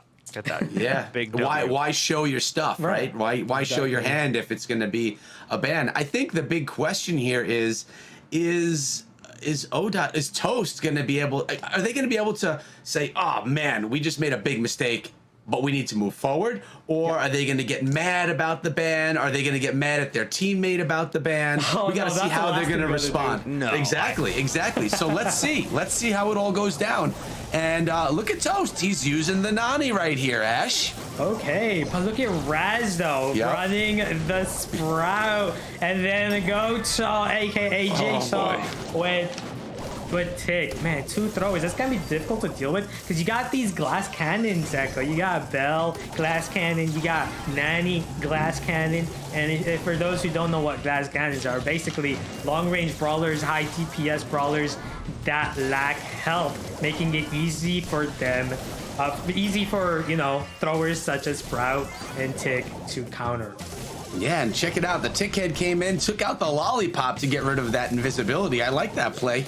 I would have liked to kill better, but look at this. Look at the score. Man. 8 stars to 1. I forgot to even look at the stars. Revenge Tour looking great right now. Yeah, and this is what we were talking about, man. Like, Revenge Tour, they lost that game, like that first one, by 9-0. And now they're showing that, you know, they got what it takes. But as Levy doing some work with Leon, being sneaky, putting in that damage, and now suddenly Revenge Tour is backed up to their spawn in a little bit of trouble. And we have Luffy right there, just trying to stay back, throwing some shots, but low. Dodging like crazy against Luffy and Toast at the same time, using this one barrel as cover, and then making way back. And look at Levy trapped in the corner. If they can triple team as Levy, they'll be in good position. But as Levy with the invisibility plus Invisi-Heal to keep healing is gonna put them in so much pressure. Double kill! Whoa! The team wipe at the end to take it. Insane. Wow. The Invisi-Heal won them that game, Echo. That ability to constantly heal up, pester your enemy, because double throwers are not gonna have the damage output to stop a Leon that can just heal through Invisi-Heal. As Levy went hard, snuck up on them. They didn't know, went right up in their face, threw that damage on top of them as well. The double kill at the end, which turned into a team wipe as well. Unbelievable play. And it was, most of that round was in favor of Revenge Tour. Then they got backed up and things changed very much. And I think it was as Levy, Leon. I think it was a major misplay. Remember when I said they gotta triple team that Leon in the corner? They gotta take him out. The last thing you want to do is give Leon that opportunity to get his super and then use his super to heal with the Invisi-Heal and then go for a team wipe, especially when considering your comp is not suitable. It's not a suitable comp to overpower an Invisi-Heal Leon, right? So you had to deal with that Leon first, and that's where as Levy made them pay. he made them pay, staying alive the entire time there, the entire duration. He was there for like over a minute, Echo, at the top left corner. Yep. It's insane. So I'm starting to see why people are calling Leon a top 5 brawler. Yeah. I mean, he's pretty dominant. I don't know about people, but I was like, I would say like most people would, like most pros would consider him. Ash, you are the voice of the people. If Ash feels that way, we can call it the voice of the people, my friend. Okay. But yeah, I mean, between being able to the Invisi-heal and being able to be invisible and just really sneaky the whole time, pretty cool abilities there by Leon. Definitely a brawler that I'm going to want to mess with some more. But what's the Leon counter? Because I feel like that being the game changer, I anticipate seeing Leon again. There's no counter? There's no counter. Especially when you also consider that Brock is banned, the ability to use the rocket fuel gadget to open up the walls, destroy walls, so that Leon doesn't have a comfortable way to drop his lollipop gadget. There's just no counter. You can't counter Leon. Of course, you could go like a thrower like Tick, constantly throwing mines. But I don't think mines are effective against lollipop because you're going to need to shoot multiple times. But, that does force O.O right now. I feel like forces them to run Tick this next game just to deal with Leon and his lollipop. I'll tell you what. It sounds so funny saying lollipop, in my opinion. We're talking about the kills and the damage, and then we're using the lollipop gadget. It just sounds so funny. Lollipop gadget. But as it sits right now, just to kind of get everyone up to date, we have Revenge Tour with 1 win here because of the banned brawler. We have O.O pulling in a win right there because of Leon and his lollipop, if we were to put it on top of one player. But, nice dominant play. So the winner here is going to take it up to the 2-set advantage over the 1-set advantage. Looks like we're ready to go back into the final round of this set, and I'm still seeing a Leon being played by as Levy. But look at Tick. Like we said, Tick, you have to go against Leon's lollipop, right? And that's why we're seeing Toast running Tick this time. But I'm seeing Leon on both sides as well, and I'll be fair here. I like the Revenge Tour skin for Leon better. Not that skins make any difference, but I kind of like it. Yeah, me too. I love Werewolf Leon. Not sure why SBB's going with the default skin, but okay. It doesn't matter. It's not about skins, Ash. Why would you even bring it up? Come on, man. We all know skins equal wins. Maybe that's my issue there. I need to start spending some more on my skins. But either way, right now, it's pretty much a stalemate here as Levy's staying back, not trying to make any trick plays this time around just yet. But fairly even, except for O.O with that blue star and one star. Yeah, right. And if I'm O.O, I'm also kind of concerned about Jigsaw, who is very close to getting his Nanny Super.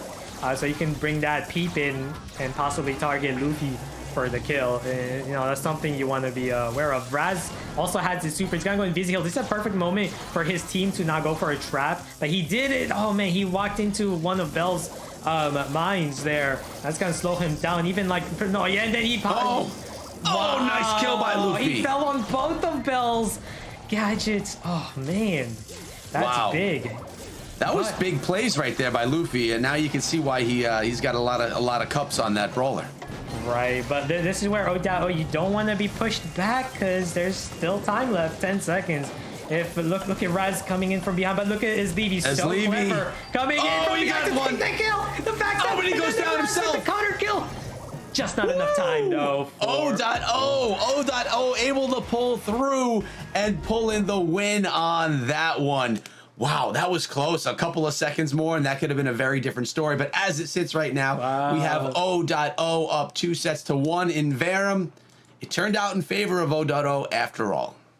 Yeah, able to rally. We got our answer. It wasn't the cleanest thing of all time, but we were able to see them come back and take it. Some great play from them there at the end. I think a lot of it was basically biding their time and just asserting pressure by getting that blue star early to force Revenge Tour to make a mistake, because they were able to get these early blue stars, as Levy did such a great job of just passively applying that pressure. Revenge Tour constantly had to push into them, constantly had to advance, and because of that, the bell traps came into play. The ticks, everything, it becomes so much more valuable, and suddenly O.O can just sit back, let their opponent come to them, and summarily dismantle them. Echo, it was pretty sick. I mean, I think it all came down. I mean, obviously team effort, but we saw some big plays coming out of the Leons. You know, on both sides, being able to be sneaky. Maybe it's just enjoyable to watch how someone's playing a Leon and how they're trying to trick their opponents, not ever really knowing where they are. But definitely a lot of fun to see. O.O getting the advantage on that one, which, as I mentioned, puts them in the lead, in the advantage right now. So if they happen to take down the next set, this match will be completely over. But Revenge Tour, I mean, we've seen them shine a little bit here, and that could be a little bit more difficult for O.O than they were expecting. Yeah, man. The bell traps were the MVP of that game, in my opinion. Remember just when Raz went invisible, triggered one of them, and then guess what? He triggers another one. Gets taken trying to get behind out. the wall. He's no, he's slowed. Wow. Bell traps. Either way, So either dangerous. way, I like Leon. You like the bell traps. In Varum, what was your favorite part of all that? I mean, It was obviously, the bell traps. Yeah, the Leon play was great. Leon play We've was known great. each But those other for traps- so long. No, it was a comedic moment. It was literally like Right. like a Larry, Curly, and Moe type situation where every bit of slapstick comedy pops the invis, immediately triggers the trap, takes a shot right in the face, has to back up, triggers the second trap, is trying to get behind the wall, can't because he's slowed, and Right. because of that, Bell's just like, I'm gonna put you out of your misery. And it was sick. Right. No, I mean, you got to give props. Again, Luffy did a huge job there. And overall, O.O showed that they are very capable of recovering when things that don't necessarily go according to plan. They made a mistake. They recovered from it. I think that maturity is big for them. And now Revenge Tour is in another situation where they've got to get that revenge. They are down 2-1. We're on match point. So if O.O win this next set, they're going to take the whole darn thing. Let's get into it, lads. Let's rock. Yeah, and what better than dueling Beetles hot zone? I love it when you have one hot zone in the center, not two to share, but one that you have to fight over. Revenge Tour getting the early advantage, dipping their toe in the hot zone, and actually doing a fairly decent job keeping O.O back initially, but they're sneaking their way up. Toast rocking it from the right-hand side. But look at this, we're seeing Leon again. I just want to say I love both the comps these teams are running. We've got O.O running a wall breaker range comp. So once these walls are down, his lead is going to open that up. It is going to make it easier for his team to deal with it. But I also love what Revenge Tour is doing. Poco is such an underrated brawler in this map. That aggression, the constant heal to kill his team, to keep his teammates alive is huge. However, they have man, O.O have a mountain to climb here. They've got the counter right now. They got what they needed, the walls down, but this is where it's going to be tough. Can they overpower them, considering Revenge Tour can just constantly heal with their Poco? Yeah. And Raz getting... Look, that's it. Wow. That's it. Wow. That is it. This is what I'm talking about, man. Poco is so underrated in this map. The other team has, like, these brawlers you would expect, B, Spike, right, high DPS damaging brawlers to be able to like slow down these brawlers that are being constantly healed. But no, that was not the case. It was just too much. It was too much control by No You right there, right? By Revenge Tour right there. Yeah. To just overcome. I mean, they didn't even let O.O get No setup. they didn't set up anything. They barely even got into the hot zone at all. So really fast, really dominant. I like the Poco play a lot. I mean, as you mentioned, the Poco comp just seems to outplay the other one that really was waiting for the walls to be down. Something I'm kind of disappointed. Why not run Lu instead of Spike? Like if you want a tank counter, you can go Spike, but Lu offers you more. Not only deals with tanks, has insane control with super, and Lu is a great counter to Poco comps, to Poco heal comps. The ability to just engulf the whole mid area with the super, prevent the enemy from getting in there, and then of course constantly chaining with his new gadget as well. Gyro Syrup, I believe is what it's called. You can do so much. I feel like consider using Lu more often in hot zone. Well, maybe we will see Lu coming up right now. I do. Oh, look at this. Poco, Mortis, and Jackie coming to the story here. Just going in with the power. Both of them rocking. Oh, my God. That was insane. Just how? The game just started. Instant team wipe by Revenge Tour. This goes to show you how like comfortable they are with running a Poco comp, right? I'm impressed. I mean, when you have a Jackie coming to town, I always cower. Right. But look at them. Not just Jackie. Mortis as well, who's got his Coil Snake ready right there. Oh. There we go. There's a counter kill by O.O. And now this puts Revenge Tour in a difficult position. Because Revenge Tour, look at Revenge Tour. They don't really have a good counter to Poco double tank, by the way. They have brawlers that can, get sufficient heal from a Poco, but having no counter to double, two aggro brawls plus Poco, I feel like Revenge Tour.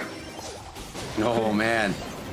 He's gonna get a kill, but this is wow, look at that toast going in there strong. Oh wow. And that was also thanks to the the second star power, that what's it called, counter crush star power, that damage that Jackie can deal additionally when you're attacking her. It comes in very handy right there, as O.O just taking it too much to overcome for Revenge Tour, not having a tank counter for their comp. Wow. Okay, so it's a bit of back and forth here again. That was nice.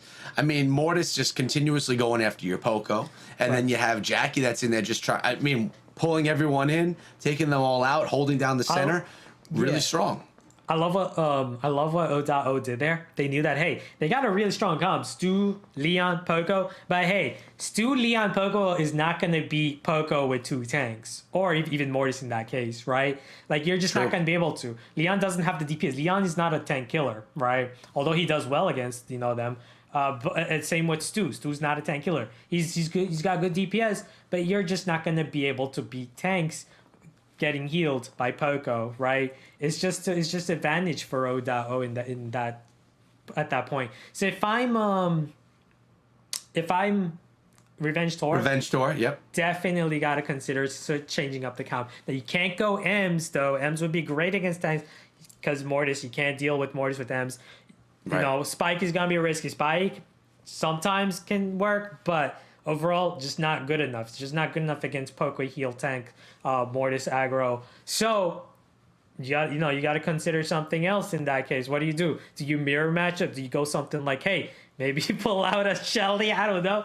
Take out Shelly would be great actually. Shelly would be great, but I don't think we're gonna see Shelly. What about just a Poco double tank and just outpower them in the middle? Because Mortis isn't gonna be able to do anything against the tank. Frank could be decent. Primo would be great. Primo's very weak right now. He would be perfect against Jackie and Mortis. They're coming with the same thing. O.O is, and look at this. Wow, they did not change it up. But they did come with an Ems though. They did Ems, but the problem, remember what I said about Ems, is kind of weak to Mortis. But they did great getting control at the start. Yeah, they did. Wow. Look at that. What a start. Leon and Stu to help you out against Mortis, and that's what they're doing. They're just bullying the Mortis with their Leon and Stu, helping Jigsaw maintain mid control.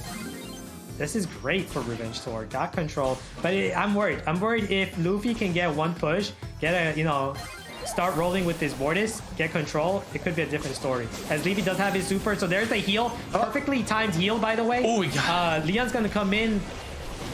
Nice pull by Toast with his super. They got to finish off Alec, though. You got to finish off Alec, or he's just constantly chaining his super with Invisi heal.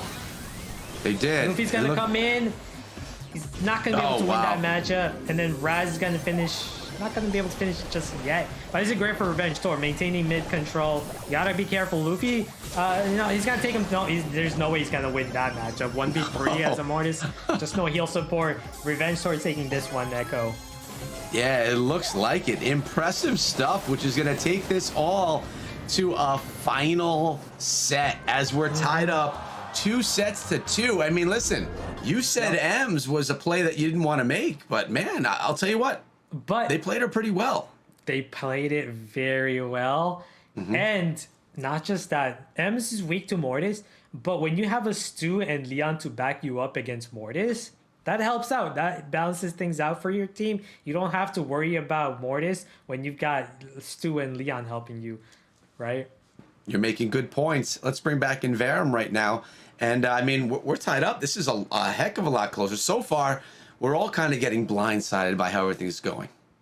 Oh man, I mean this is sick though, because like O.O, they were the favorites coming into this. They're 2-0. They took down Tribe Gaming, Revenge Tour. They're that squad that had that epic lower bracket run. You know, they've taken some losses in the past. You know, they're, you know, I think a squad that obviously great individual players, but we were still looking to see what they could do taking it to this next level. I think this is this next level, and this final comp that we saw to me was the personification of that. It was fast, it was dynamic, required sick team play, required knowing exactly how much damage your brawler could take and your brawler could dish out at any given moment, and they just played it. So I mean, don't get me wrong, O.O, like that, plays like that were absolutely sick. So many props to Revenge Tour. Look at this. I mean, they're just pulling O.O in every different direction, and Goat saw, you know, Jigsaw, come on, acting like the Goat here at the end with that play, because again, maybe not necessarily on paper the best pick, but played Ash to perfection. Yeah, you know, I didn't know that like farm animals were like the cool thing now to be putting in your name. I had no idea about that. But I want to mention one thing here in Verum. I'm over here on Twitter and I'm looking at all of the predictions. Identical. Me, Ash, the community, and there was one difference, and it was this matchup right here, where in Verum you predicted Revenge Tour, everyone else was O.O. The rest of our predictions are all the same. So it's down to this one. What did you know? Did you have intel beforehand? There was Not that it's over yet. There was a chance O.O wasn't going to be able to fill the roster tonight, so I was like, I'm going to sneak that in there. No, they got their players in. Luffy coming in as the sub has been crushing it, has been doing so well, and like big shoes to fill too with Fade. So props to them. They have been looking incredible so far tonight, but that may have partially. That wasn't. Anyway, let's get back to it. Match number 5, O.O Revenge Tour. Let's go. Yeah, and of course we're gonna see some Ricochet. Is that a bull I see over there being played by Toast? Look at that! Wow, well, they're going with triple tank, man. Triple tank, yeah. And we know just how deadly triple tank is. I think triple tank has like 100% win rate so far tonight, by the way. And look at the aggression right there with Daryl up there, Luffy. And the best thing about triple tank, Echo, is constant aggression. The more you kill, the more you charge them up. Toast has his super ready with Bull. He's gonna charge in through the mid very shortly. There it is. Like right there. Now they are gonna be able to take out Toast, but guess who comes back? Luffy's back, and now Luffy's about to passively charge his super, get in there as well. And the moment you deal with him, guess who comes back? Toast. Wait, he's standing there. He's waiting. Well, I will tell you, even though because the tanks are so hard to get taken down, they don't. The defenders. So I'm talking about Revenge Tour. They don't ever have the ability to push up and try and take some, put some damage on the safe. Although Jigsaw right now is about to do that, as well as Raz dropping the super on top of the safe. Look at the damage differential. Revenge Tour down to 21% here. And they might go down. We can't see it, but there's 4%. A bull up there. Toast is gonna go down, but there's only 4%. Luffy, great play right there. Just take one out. That's all you need. And then all you need right now is one bubble from Levi and his BB. If you can do so, you can finish it. I love what Toast is doing there, exerting himself, using his super just to move up the map. And this is what you want to do. There's the bubble. That's gonna do it, Echo. Woo, one bubble is all it took, as Levi getting it done right there. That was strong. I mean, you know that I'm a fan of the tank compositions. 100. I'll always go for it. It's about aggression, man, and they brought 100. It right there. And Echo, 100% win rate with triple tanks tonight with just ties. Like you run tanks, you win. That's the formula to this tournament, guys. I've been saying that since last season, but no one listens to me and my comp choices. Everyone listens to the pro. We should have listened to you. We should have. We should have listened to you more, Echo. Triple tank is the secret sauce. Well, it is the secret sauce. And also, if O.O wants to pull in this win and close the door right now, they need to pull in this next round, which, I mean, we're in set number 5. This is the longest one tonight, although it's only the second matchup so far. But, I mean, it's been... Usually we see, like, one that's, like, you know, 3 and out or something. But so far, it's been really strong back and forth. But I don't know, O.O, they look great right there. Yeah, I feel like the team that masters the tanks have such a great advantage. And this is why we saw like Tribe losing so often, like last week too against O.O, is because O.O's ability to just bring in the triple tank whenever they want and just exert it, because what it does now is it forces the enemy team to switch up their comp. Now they can't run barley. It's too dangerous for them to run barley, and that gives them a big advantage, because now, hey, we can run like Spike now, and look, or Rico, look, that's what they're doing. Rico and Spike, it opens doors. When you run triple tank, it opens doors for you to run these types of brawls, because they're not going to run barley again. And look at Jigsaw being forced to use an Ems right there, but even coming through with one tank of their own. Raz, I guess you can consider that Edgar a tanky brawler. Edgar, not really a tank, but a tankier brawler. My favorite brawler in the game, mind you. We talked about that last week. But yeah, so far. This is like Edgar's best map in the game, by the way, Echo. Is it? Yeah, noted. Edgar is dangerous here, man. The bitch is just constantly just jump in on any of you right here. Look, he's gonna. Oh, he kind of missed his super, but it doesn't matter. That speed is just gonna be enough for him to get in there. Look at the dodges by Raz, playing Edgar very, very well. But we got Jigsaw sneaking up as well, trying to throw a little bit of damage on that safe and getting it done. Can't say that I don't like seeing a little bit of damage going on down there as well. So far, Revenge Tour getting the damage on the safe. Oh, look at this. Alec busting through the wall as well. They're defending it fairly well, although there's a lot of pressure coming in on them right now. Yeah, but defense is not going to win you the game. You need to get damage in. There's time, but it's going to be hard. Remember what happened in the previous game against Constant Aggression? But this time, we've got Alec and Raz with the aggro brawlers, and they're the ones with the constant aggression. Still, though, there's so much time left. If O.O can make a push here, get in an optimal position, they could get the damage. But I'm concerned, Echo. I'm concerned with O.O. They have no wall breaker to open up through the mid, so how are they going to get that damage, right? That's going to be the hard part for them. Alex going to make them pay, go in. Even though he got melted, it doesn't really matter much. He did some damage.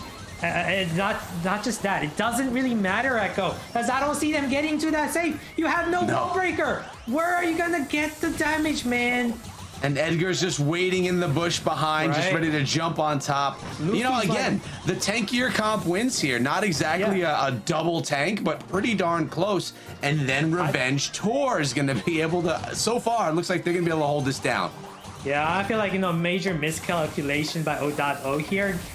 Forgetting to bring in a wall breaker, because look, they got constant control often, they got kills. I bet you the stats are going to be in favor of them in terms of damage and everything, but obviously you're not going to win without getting to the enemy safe. They only did 1% the entire game. That was a battle for them the whole time. They were just trying to hold back, defend, not able to get there. No wall breaker. I think what it has to do with is just the constant pressure from brawlers that are just tanky. It takes so long to take them down that even if you do, by the time they spawn back, you're still dealing with the other teammates as well. And when you're dealing with someone like an Edgar that's going to be really aggressive, you don't really know exactly where he's hiding, also can do some serious damage. You always have a new wave of enemies that you have to take down. And not just that, the wall that's blocking the safe, right? If you're Rico, you can't shoot at the safe. You got to go around. This map, particularly pit stop, you got to run a wall breaker to deal that damage. And that's what helped them out major, right? Like in that first game with that bull, opening up the mid wall entry point, right? This is why Alec had such a great time with his bull this game, being able to open up. So the team that's running the bull having the advantage. Yeah, and I mean, what other wall breakers do you think would be a good player? I mean, you could go with Primo, like you mentioned. Now he's a little bit weaker, but he could do all right here. No, Primo's gonna take you forever. Like Primo, they over nerfed him, in my opinion. He's just not very good anymore. He's gonna be great in like low cup, low league play. Like you can still run him there, but in competitive, you're rarely ever gonna see Primo these days. Of course, Brock is banned, so you can't really use him. Colt is an option. You can open up but Colt plus Rico and other brawlers in this, just not great synergy. Colt is another brawler that's easy for Edgar to pick on, so you can't even run him. So you want to consider, running possibly. Aggro brawlers of your own. Yeah, Bull. You need a Bull. Mid-entry opening with Bull. That's all you need for Rico to target that save. I agree. And I don't know, this is worth mentioning, but this is our final round. We're going to the final round of the fifth set. So it comes down to this. Whoever wins this round right now is going to be the winner. And look at this. Bull, Oh man, the tank advantage is going to O.O. But look at this. Edgar, Raz jumping in with his Edgar, getting a few slices there, and then is he gonna get taken down? I can't tell. I think yes, he got taken down. But that's Jigsaw in there as well. Though. That was this is pretty well defended by O.O. They took 17%, but look at Toast though. He's got his super ready, and this forces Raz to kind of force back on defense. Great super right there by Bull, forcing them all back.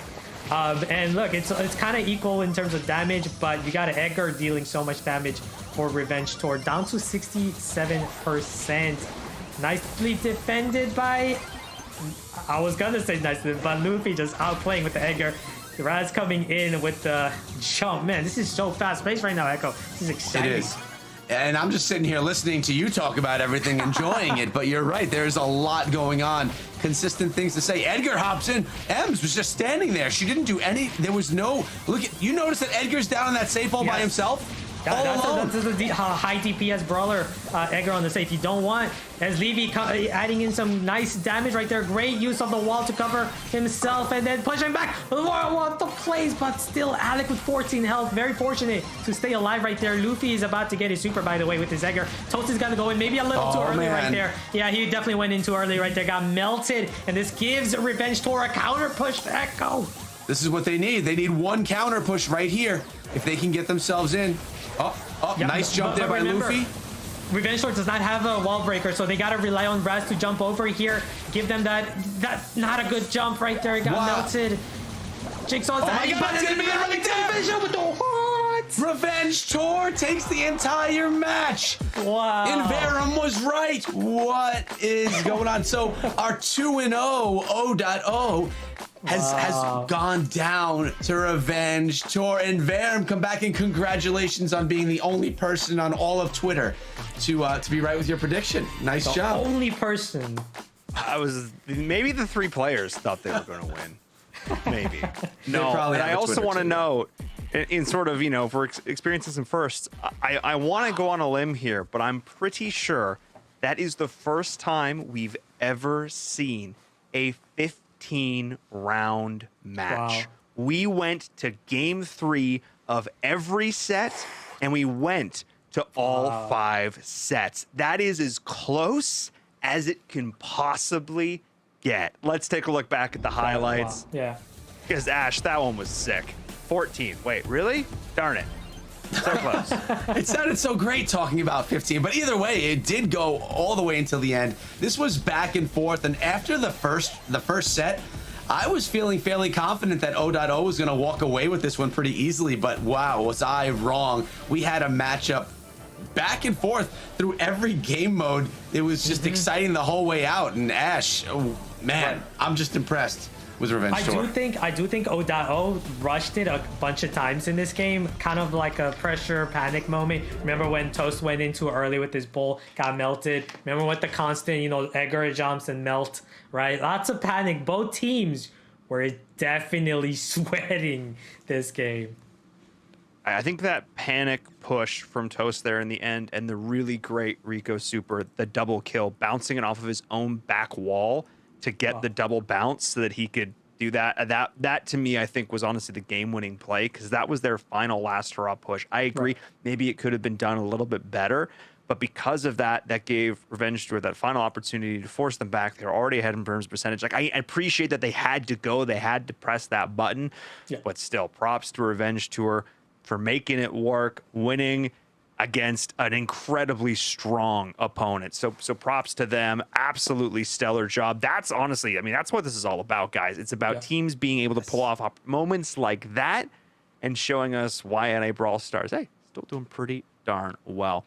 That means match number 2 is in the books, though, which means we need to take a short break. Before we do, though, exclamation point TikTok. Hey, there it is. There it is. They know what's going on.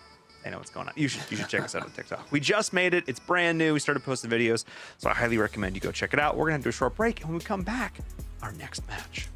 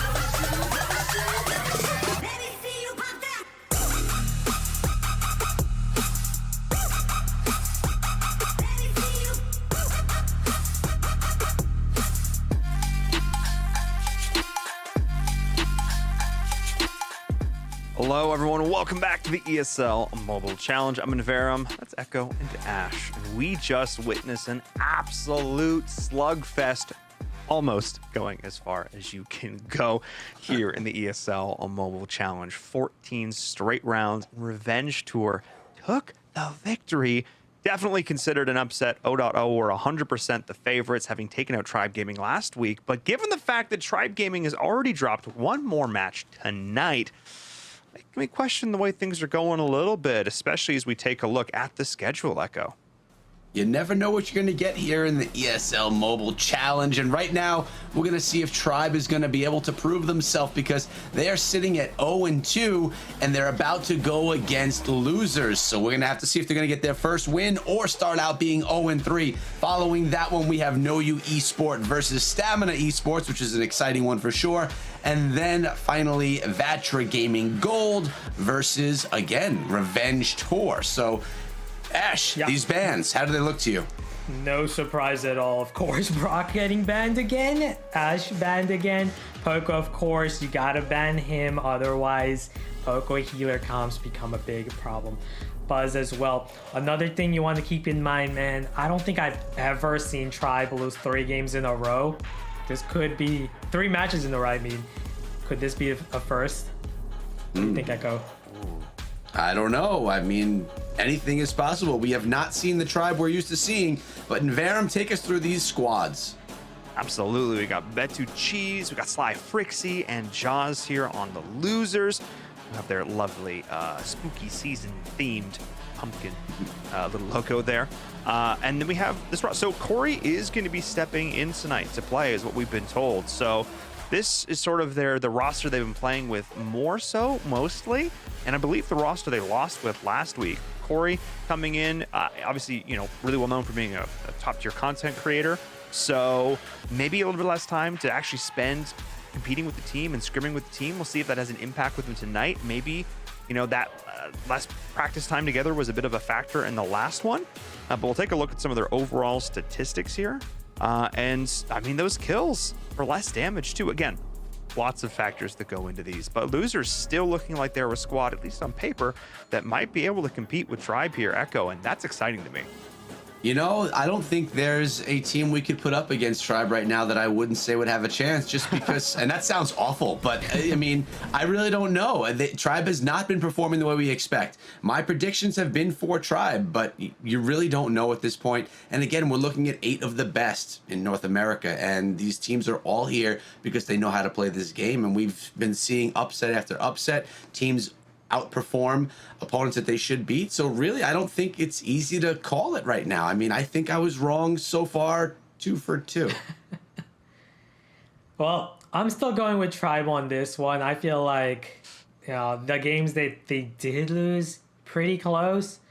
I still think they are the, you know, powerhouse team that we all know them to be.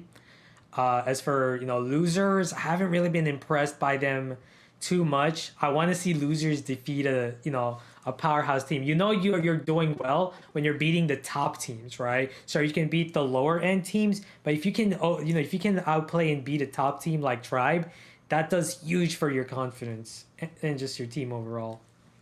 100%, because, you know, they do sort of feel like they're those sort of gatekeeper teams that are sort of in the middle, that like now you're really in the upper echelon, because all of these teams are in the upper echelon already, but there's still percentages of percentages. We are in the top 0.000 whatever percentile here in the Mobile Challenge, the hundreds of teams that have competed have lost, and of course continuing to go on and wind your way down, go through multiple plans, and hey, you find yourself here with 8 of the best in North America. So we'll see how the losers are going to be able to contest here, and if they can turn that namesake around, come out with a W in this. Look, if you're going in saying we're already the losers, anything other than that is great. So like, I kind of appreciate the name in that regard, Echo. I see the humor. I see the humor.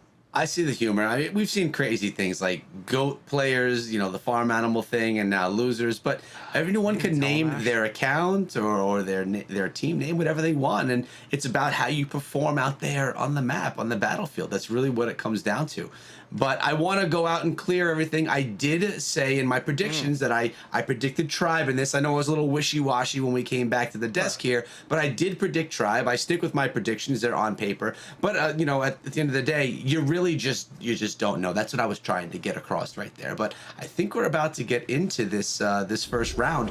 So that's an exciting thing. And we're starting out on Brawl Ball. Love it. Yeah. Oh, that is not the game. Nope, we're not going into Brawl Ball. I'm confused, but that's okay. Matchup though. It could have been, it would have been, and well, we will get back into something soon. And I don't know if it's going to be Brawl Ball though, Ash. Right. Hopefully. Oh, come on, let's bring back Inverum. Save us. I was about to get up and maybe grab a drink and then quickly run back, but no, can't. No, not going to be the case here. Oh, that's just fine. We're gonna get it sorted, make sure everything is a-okay going into this. Want to make sure that everybody's prepped, ready, and we obviously have the best competitive match we can here. So we'll let the team sort this one out and we'll get back into it. No, I think this is super exciting, and even to continue to talk about sort of the narrative that we already set up here, Tribe is coming into this by far as the team with pressure. The losers, they were already not necessarily favored in this. And now Tribe has the additional pressure of starting the season 0-2. So if there was ever a time for maybe the pressure to get to them, is when they're not necessarily playing with their starting three. It's when they're already suffering from a loss tonight. It's when they're already down at the bottom of the leaderboard. There is ever a time for maybe the losers to strike while the iron is hot and sort of break the confidence a little bit. I'm not saying it's going to happen, but I'm saying if there was a time that it could, it's certainly now. Yeah, it definitely could be. And I was just thinking back to Ash and what he mentioned about the bans, how all the bans there make sense. They're good bans, but something that was not banned was Piper. And that we know that we've seen Tribe do a ton of work with Piper. And I know that she may not be one of the brawlers that you should ban right now, but I mean, if I think back to Zulon, I mean, I made a whole video focusing on Zulon playing Piper. Like, that's how impressed I was by how he plays that brawler. I would not be surprised if we see him come through with some crazy plays with Piper. It was banned in their first matchup tonight, and they ended up losing that matchup. Not saying that was the reason, but just something to keep in the back of the head. Definitely have a point there, Echo. But also, like, Piper is a very map-dependent brawler. She thrives in maps where open area maps, right? If there's a map with a lot of walls, don't really want to use her. So, like, this map Piper is excellent in, by the way. So that's why we're seeing both teams running Piper. But you made an excellent point, though, Echo. They should have banned Piper. They should have, but I mean, I guess we'll find out if they should have or not. Now we have losers down below in blue. We have Tribe up top, and actually it's Corey that's running Piper for Tribe Gaming. So I was expecting to see Zulon, but it's okay. We're gonna see how this thing all rolls out as losers get that first bot. But Tribe sitting with pretty good positioning here. Look at this, keeping. I'll tell you what, they did a decent job at least to start, keeping losers back in their spawn, although they do have to spend a little bit of their time now on defense. Yeah, fortunately for Tribe, they do have 3 bolts banked here, but look at Frixie. He's going to set up with the invisibility. Tyrant's going to need to sneak in and take that out. You got to take out that lollipop, but Frixie's just going to replace it with another one. That puts you in so much pressure, by the way, not having visibility. Corey's having a hard time shooting, but I feel like that was a little too reckless by Frixie right there, going after Tyrant, while also being shot down by Corey. So again, Tribe in control here, and they're most likely to get the next push. Yes, they're gonna get the next push, but I also love how they, kept the bolts there in place so they can also pick them up for the final, because they know that this push is not gonna be enough to finish the game. It is gonna be good enough to maintain control though. I love what they did there. I love that they held off on the bolts. You said it, and it was a great, smart play. But look at this. It's doing decent damage, 24% done to the Ike, but right now Tribe is sitting with 3 bolts, but more importantly, they have control of the middle of the map. Yeah, and I feel like, man, Tribe is in an awesome position right now. Invisibility, They just need to pick up one more bolt, basically. So there's the bolt that Tyrant just picked up. Also got a kill, but he didn't need to. Oh man, Corey's on the sniping spree, but that's gonna do it. Echo. No, it's not. They got a tie. Because did they? Yeah, because they Tyrant did. because he went aggro right there. He died with the bolts, so he couldn't maintain them.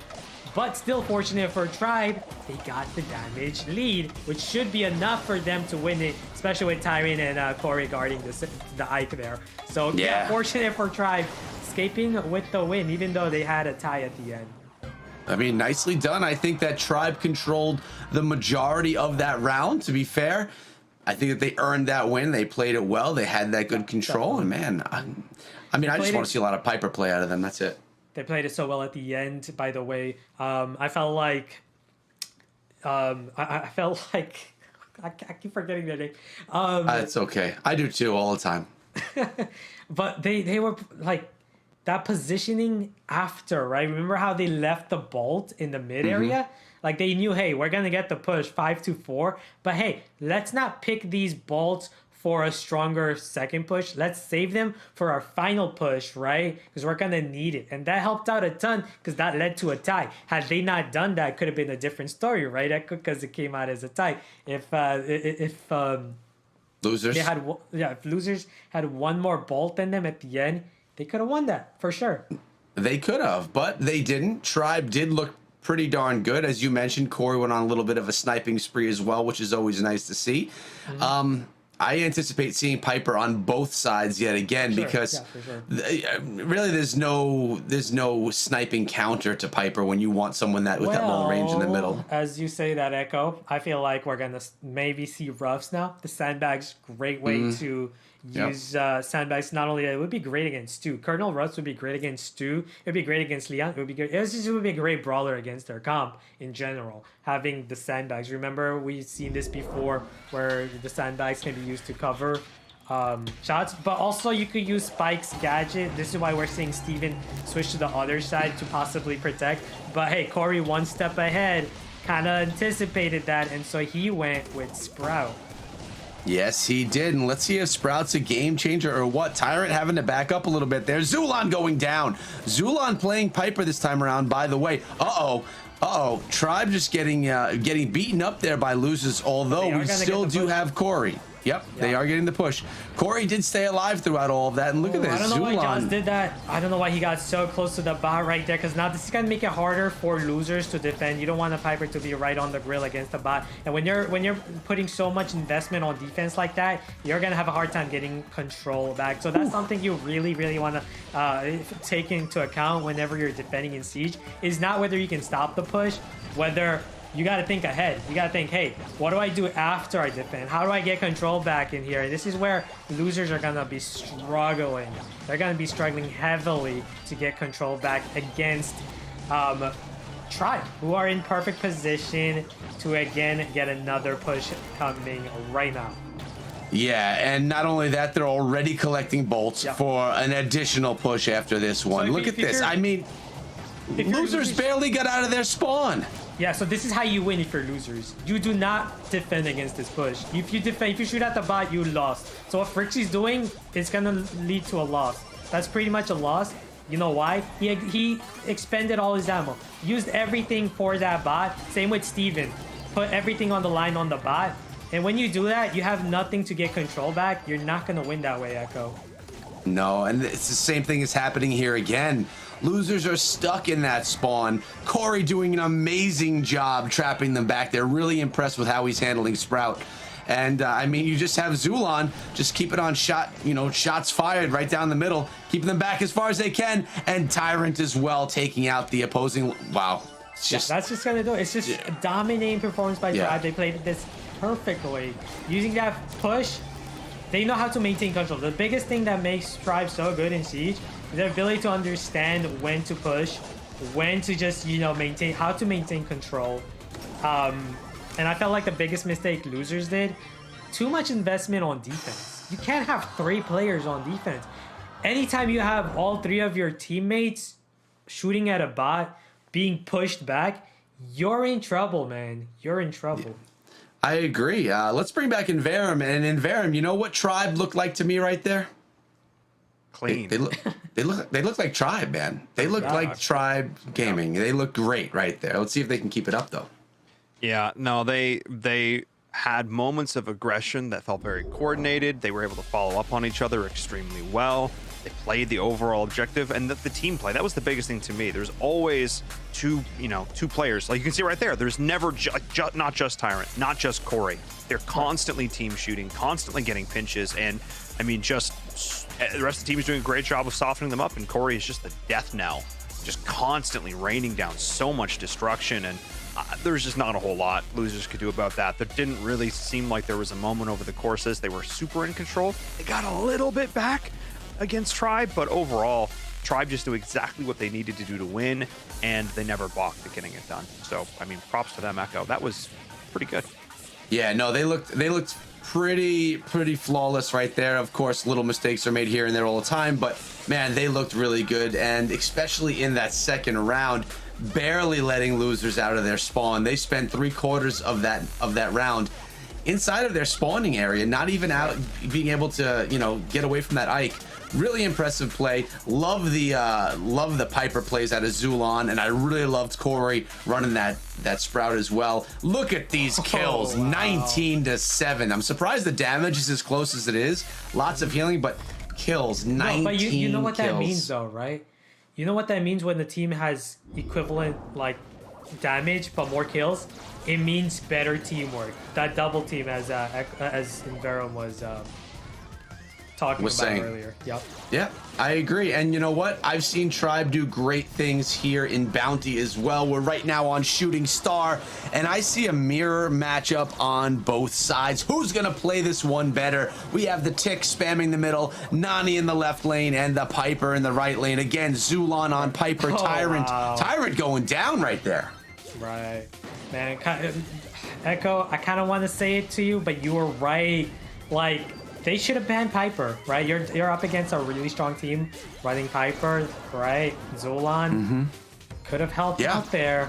But losers in control here. 4-star lead for them. That is big. Especially if the Jazz can maintain control over the right against Zulon, get his super. It's exactly what he's doing. Zulon's going to be forced back. Tyrant on the left side, doing a good job pushing him back. That Tick is not going to make it. Too aggressive with Piper, that she's going to be caught by Tyrant there. So 1-star deficit for Tribe here. Look at the peak. Yes. Look at Nani super coming in hot. Frixie, nice gadget, just on time to survive that shot. Yeah, but you know how this looks in the last 15 seconds, Ash. We see all mayhem. If Tribe can keep their health up right now, they can storm in. All they need is one kill, and they would take the sway. They would sway this one and bring in the win. Zulon jumping over the Nani Peep. Go after Zulon. Yes, there's the kill by Jaws' Peep. That could do it. Tyrant's got to be. Yep, that. Wow. Was perfectly played. You know what happened there? Zulon got a little too close to the Peep super, so he had to jump too early. He knew he had to jump a little early, and he jumped backwards right where Peep could, continue to steer towards her and take her out. I'm surprised. I honestly expected Tribe to thrive on Bounty. I feel like that's some of the best Tribe gaming I've ever seen, was that long range Bounty play. Now, I mean, that's only round one. Let's see how they, my prediction is they're going to come in with the same comps. I think they're both going to mirror match it up again. And you're smiling at me, Ash. I don't know if you agree or not. Yeah, I agree. I felt like, what the problem there was, Piper's on Nani's side. So obviously, Nani's going to have the advantage. Nani just counters Piper in open area. More range. That second gadget reflecting your damage is just too broken versus a Piper, right? So that's a disadvantage. That's why Zulon was struggling on that side. Same with Steven struggling on Tyrant's side. So it comes down to who plays the Nani better. And that game, Jazz definitely played it better. Got the clutch kill at the end to win it. Yeah, well, let's go into another round and see what yep, they're the same. Look at that. My predictions are getting better and better, I have to say. But here we go, going in on round number 2. Losers wins this one, and they tie things up. But Yeah. Tribe So really if doesn't you're- want that to go down. Right, if you're Tribe right now, you gotta be careful because you know that first game. The problem was you fed Jaws too much. You gave Jaws too many supers. You gotta be careful with that. You don't want to give it nanny supers and that ability to get super to just target you freely, right? Oh, okay. Yeah, I Tyrant's see gotta back Tyrant. up. Yep, Tyrant does have There's to a back tick. up. If any, I'm not sure if Steven did not see that, but that tick had got a clean shot of him. Almost took him out. It had Corey gotten one more shot there. what I do notice though, I mean, if anything good is in favor of Tribe right now, it's that they do hold that blue star. No. But That they tick are had getting went the pushed wrong back. direction. It went through the mid, so it got totally destroyed by the tick mines. Oh man, well, it's too early to tell what's going on because this one is killless so far with only 50 seconds left in this round. Who do you think is playing this better? It seems like Tribe is backing them up a little bit, but it's close. It comes down to the nanny because, as you can see, both Pipers are struggling to deal with nanny. So it really comes down to look, Tyrant, he's gonna get his super. It's gonna force Steven to jump, but Steven knows he can't afford to, so he's gonna go down. And now Jaws at 3 HP. That's very, very fortunate for him. Still though, Jaws just needs one super. If he can get it. Tribe definitely playing it so much better this game, not feeding Jaws. There's that super by Jaws, by the way. Zulan knows he can't afford to let him set up. So Zulan trying to be aggressive. Took out Frixie, and that's going to do it. That's going to be enough for Tribe to steal this one. Yes, Tribe looked good. I think they identified what they needed to do, what they did wrong in that first round. And I mean, they were flawless right there. They did not take any deaths whatsoever. And they had a lot more control. And I think you talked about it, that Nani, just really keeping the Nani at bay, not allowing the super. It's all about Nani. It's all about Nani in this mirror matchup. Because tick first tick, obviously no one's going to win that matchup. Tick is just there to pester you. It's just there to constantly keep you back so you don't push up aggressively, right? That's basically what it is. And then you have Piper versus Nani on both lanes. Piper's going to struggle against Nani. So it comes down to two things. You as Piper, you don't want Nani to push up and then get to your tick and feed off of him. But the other thing is you don't want to give Nani hits to get super. In this game, you saw in the second game, Tyrant was the aggressor. He got his peep super early. He was the one getting the kills. In the first game, it was Jaws with his nanny. So let's see what happens in this third one. Who plays the nanny better? I'll be honest, I was not expecting another mirror matchup. I was thinking that losers were going to do something crazy and change it up big time now that Tribe knew how to deal with their comp. But no, they still believe that they could outplay Tribe with this composition, and we're going to see if they can actually do it or not. Well, it looks like this time... He's trapped. He's trapped. He's going to go down most likely. Yeah, he's going to go down. Not a good position for him to be in with his nanny. I'm not sure why Jaws decided to 1v1 Tyrant there when he was doing great on the right side every single game against Zulan. This puts him in a major disadvantage because Nani has... Look at the position of Nani with Tyrant on the left. He has a wider area, right? That big choke point in the mid. So Tyrant definitely in a better position with his Nani as opposed to Jaws, who's going to get constantly pestered by the tick who's also shooting the mid area. You see that, Echo, right? I do see that 100%. He goes down right there, Tyrant with the kill. Nice job. And he's going strong. He wasn't even done right there. He was getting more shots in on Frixie. And he goes down and he does again. Wow. Tyrant is clutching this one right here, knowing what needs to be done for his team, but he's got to get out of there. He's a little bit of danger right now. I think this is definitely going to be a learning lesson for losers. You don't want to go to the weaker side with your brawler in that mirror matchup. Piper on the right side, definitely the weaker side. Nani on the left side, definitely the weaker side. So the reason Tribe doing so well this matchup, as you can see constantly, is because Tyrant got the dominant side against the opposing Nani. Same with Zulan on the right. Tyrant doing a nice job going down right there, though. So it's 9 to 12, 9 to 12. And look at this. Look at this. Losers are pushing pushing them back to their spawn. Oh, nice kill right there, though, by Tyrant. Tyrant is an all-star this time. With the BM. Woo, Zulan with BM, no way. Don't even. But that is going to be Tribe up 2-0 right there. Yeah. Once Tribe found their number, I feel like they understood how to bring in that win. Let's bring back Inverum. Inverum, do losers have any life left in them? Are they gonna be able to, are they gonna have a chance here in this last with this upcoming Do set? anything? I mean, I don't know. That's sort of the question here. I think my big thing has to be not letting this deficit get into their heads too much. I think the big part that we have to remember is that they've won rounds. It's not like they've been completely shut out. They have shown that they can take at least a round off of Tribe Gaming. Take that, build on that momentum, and don't get swept. Echo, I think, sort of answer your question. I think that's what they've got to do. Yeah, I agree. I mean, you're not out. We've seen crazy things happen here before. Tribe is playing pretty strong right now. Like they're playing the best we've seen them so far in Challenge. So that's going for them. But losers, they have the opportunity now to turn things around. They have to get it done now. Yeah, and like I said, I do think this is a learning lesson for losers. You can see how they quickly, kind of disintegrate as a team the moment they decided, let's go head to head, right? Let's have Nani on the left side against the opposing Nani. Tribe did not do that. They stuck with what they had the entire 3 games. We saw their Piper on that same lane. We saw Tyrant on that same lane every single time, right? And because of that switch by losers, going on the kind of suboptimal position for their brawlers is the reason why they got completely destroyed that final match, Echo. Yeah, I mean, Tyrant also looked like a beast. And here you go. 6 kills for losers to 13 of Tribe. And, stats really matter for this game mode where kills do mean a lot.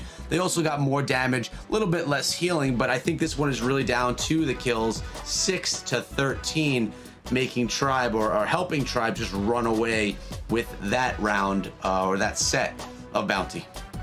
Yeah. Again, another thing you can see there is like the damage, even though Tribe did get a little more, it's the kills. The kills are what pops out at you. Tribe just gets so much more thanks to the constant teamwork. Look at what Corey is doing against Steven, by the way. He's gonna shoot at Steve. He's not shooting at Jaws. He's helping his teammate win that lane, and that's what's allowing Tribe to get those kills. Yes, sir. I think you're on point with that one. We got Jaws now again. I mean, do you notice that Piper has been played every single round here?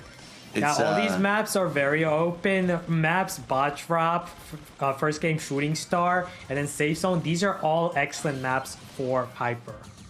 Yeah, and with Tribe being a really strong team with Piper, I don't know. Crazy. It's no surprise. Things. It's no surprise why they're doing so well, right? Exactly. I mean, it could be the way to beat Tribe. You have to ban Piper. It's not a bad idea at all, Echo. As losers doing the best they can to defend against Tribe. Look at Zulan dodging his way through this Colt, using his super just to prevent Steven from getting in that zone, of course, making it easier for his teammates. Oh, just burned him alive there. Yeah, they're doing a nice job. They're also doing a nice job keeping them back again in their spawn. Very similar to what we saw happen in Siege just as well. Look at Zulan, just playing around, just toying with Steven, who's having a hard time shooting at him. Yeah, and look at Corey. Goodness. Corey with the snipe. It's not... Zulan just dancing around, man. Dancing around. That's got to be heartbreaking. Jeez. Yeah, that's not what you want to see. Oh, man. Let's throw that safe on fire. Man. That's going to be it. You're right. They're just having fun right now. And, maybe that's part of the key. You got to remember that, yeah, we're playing competitively, but this is fun. Like, this is what these guys love to do. They just got good enough to where they can be at a competitive level, but they still should be having fun. Not that, they need to show off or anything, but, we're here to have fun. We're here to have fun. They're here to have fun. They just want to win some money while they're at it as well. And Tribe is looking pretty darn good right now. I have to say, so far, I'm impressed. And if they get one more round one, then this is going to be a very fast 1-2-3 match. I mentioned earlier that we haven't seen any of those yet. Right. Comes down to this round and possibly the one after it. This is going to be the first 1-2-3.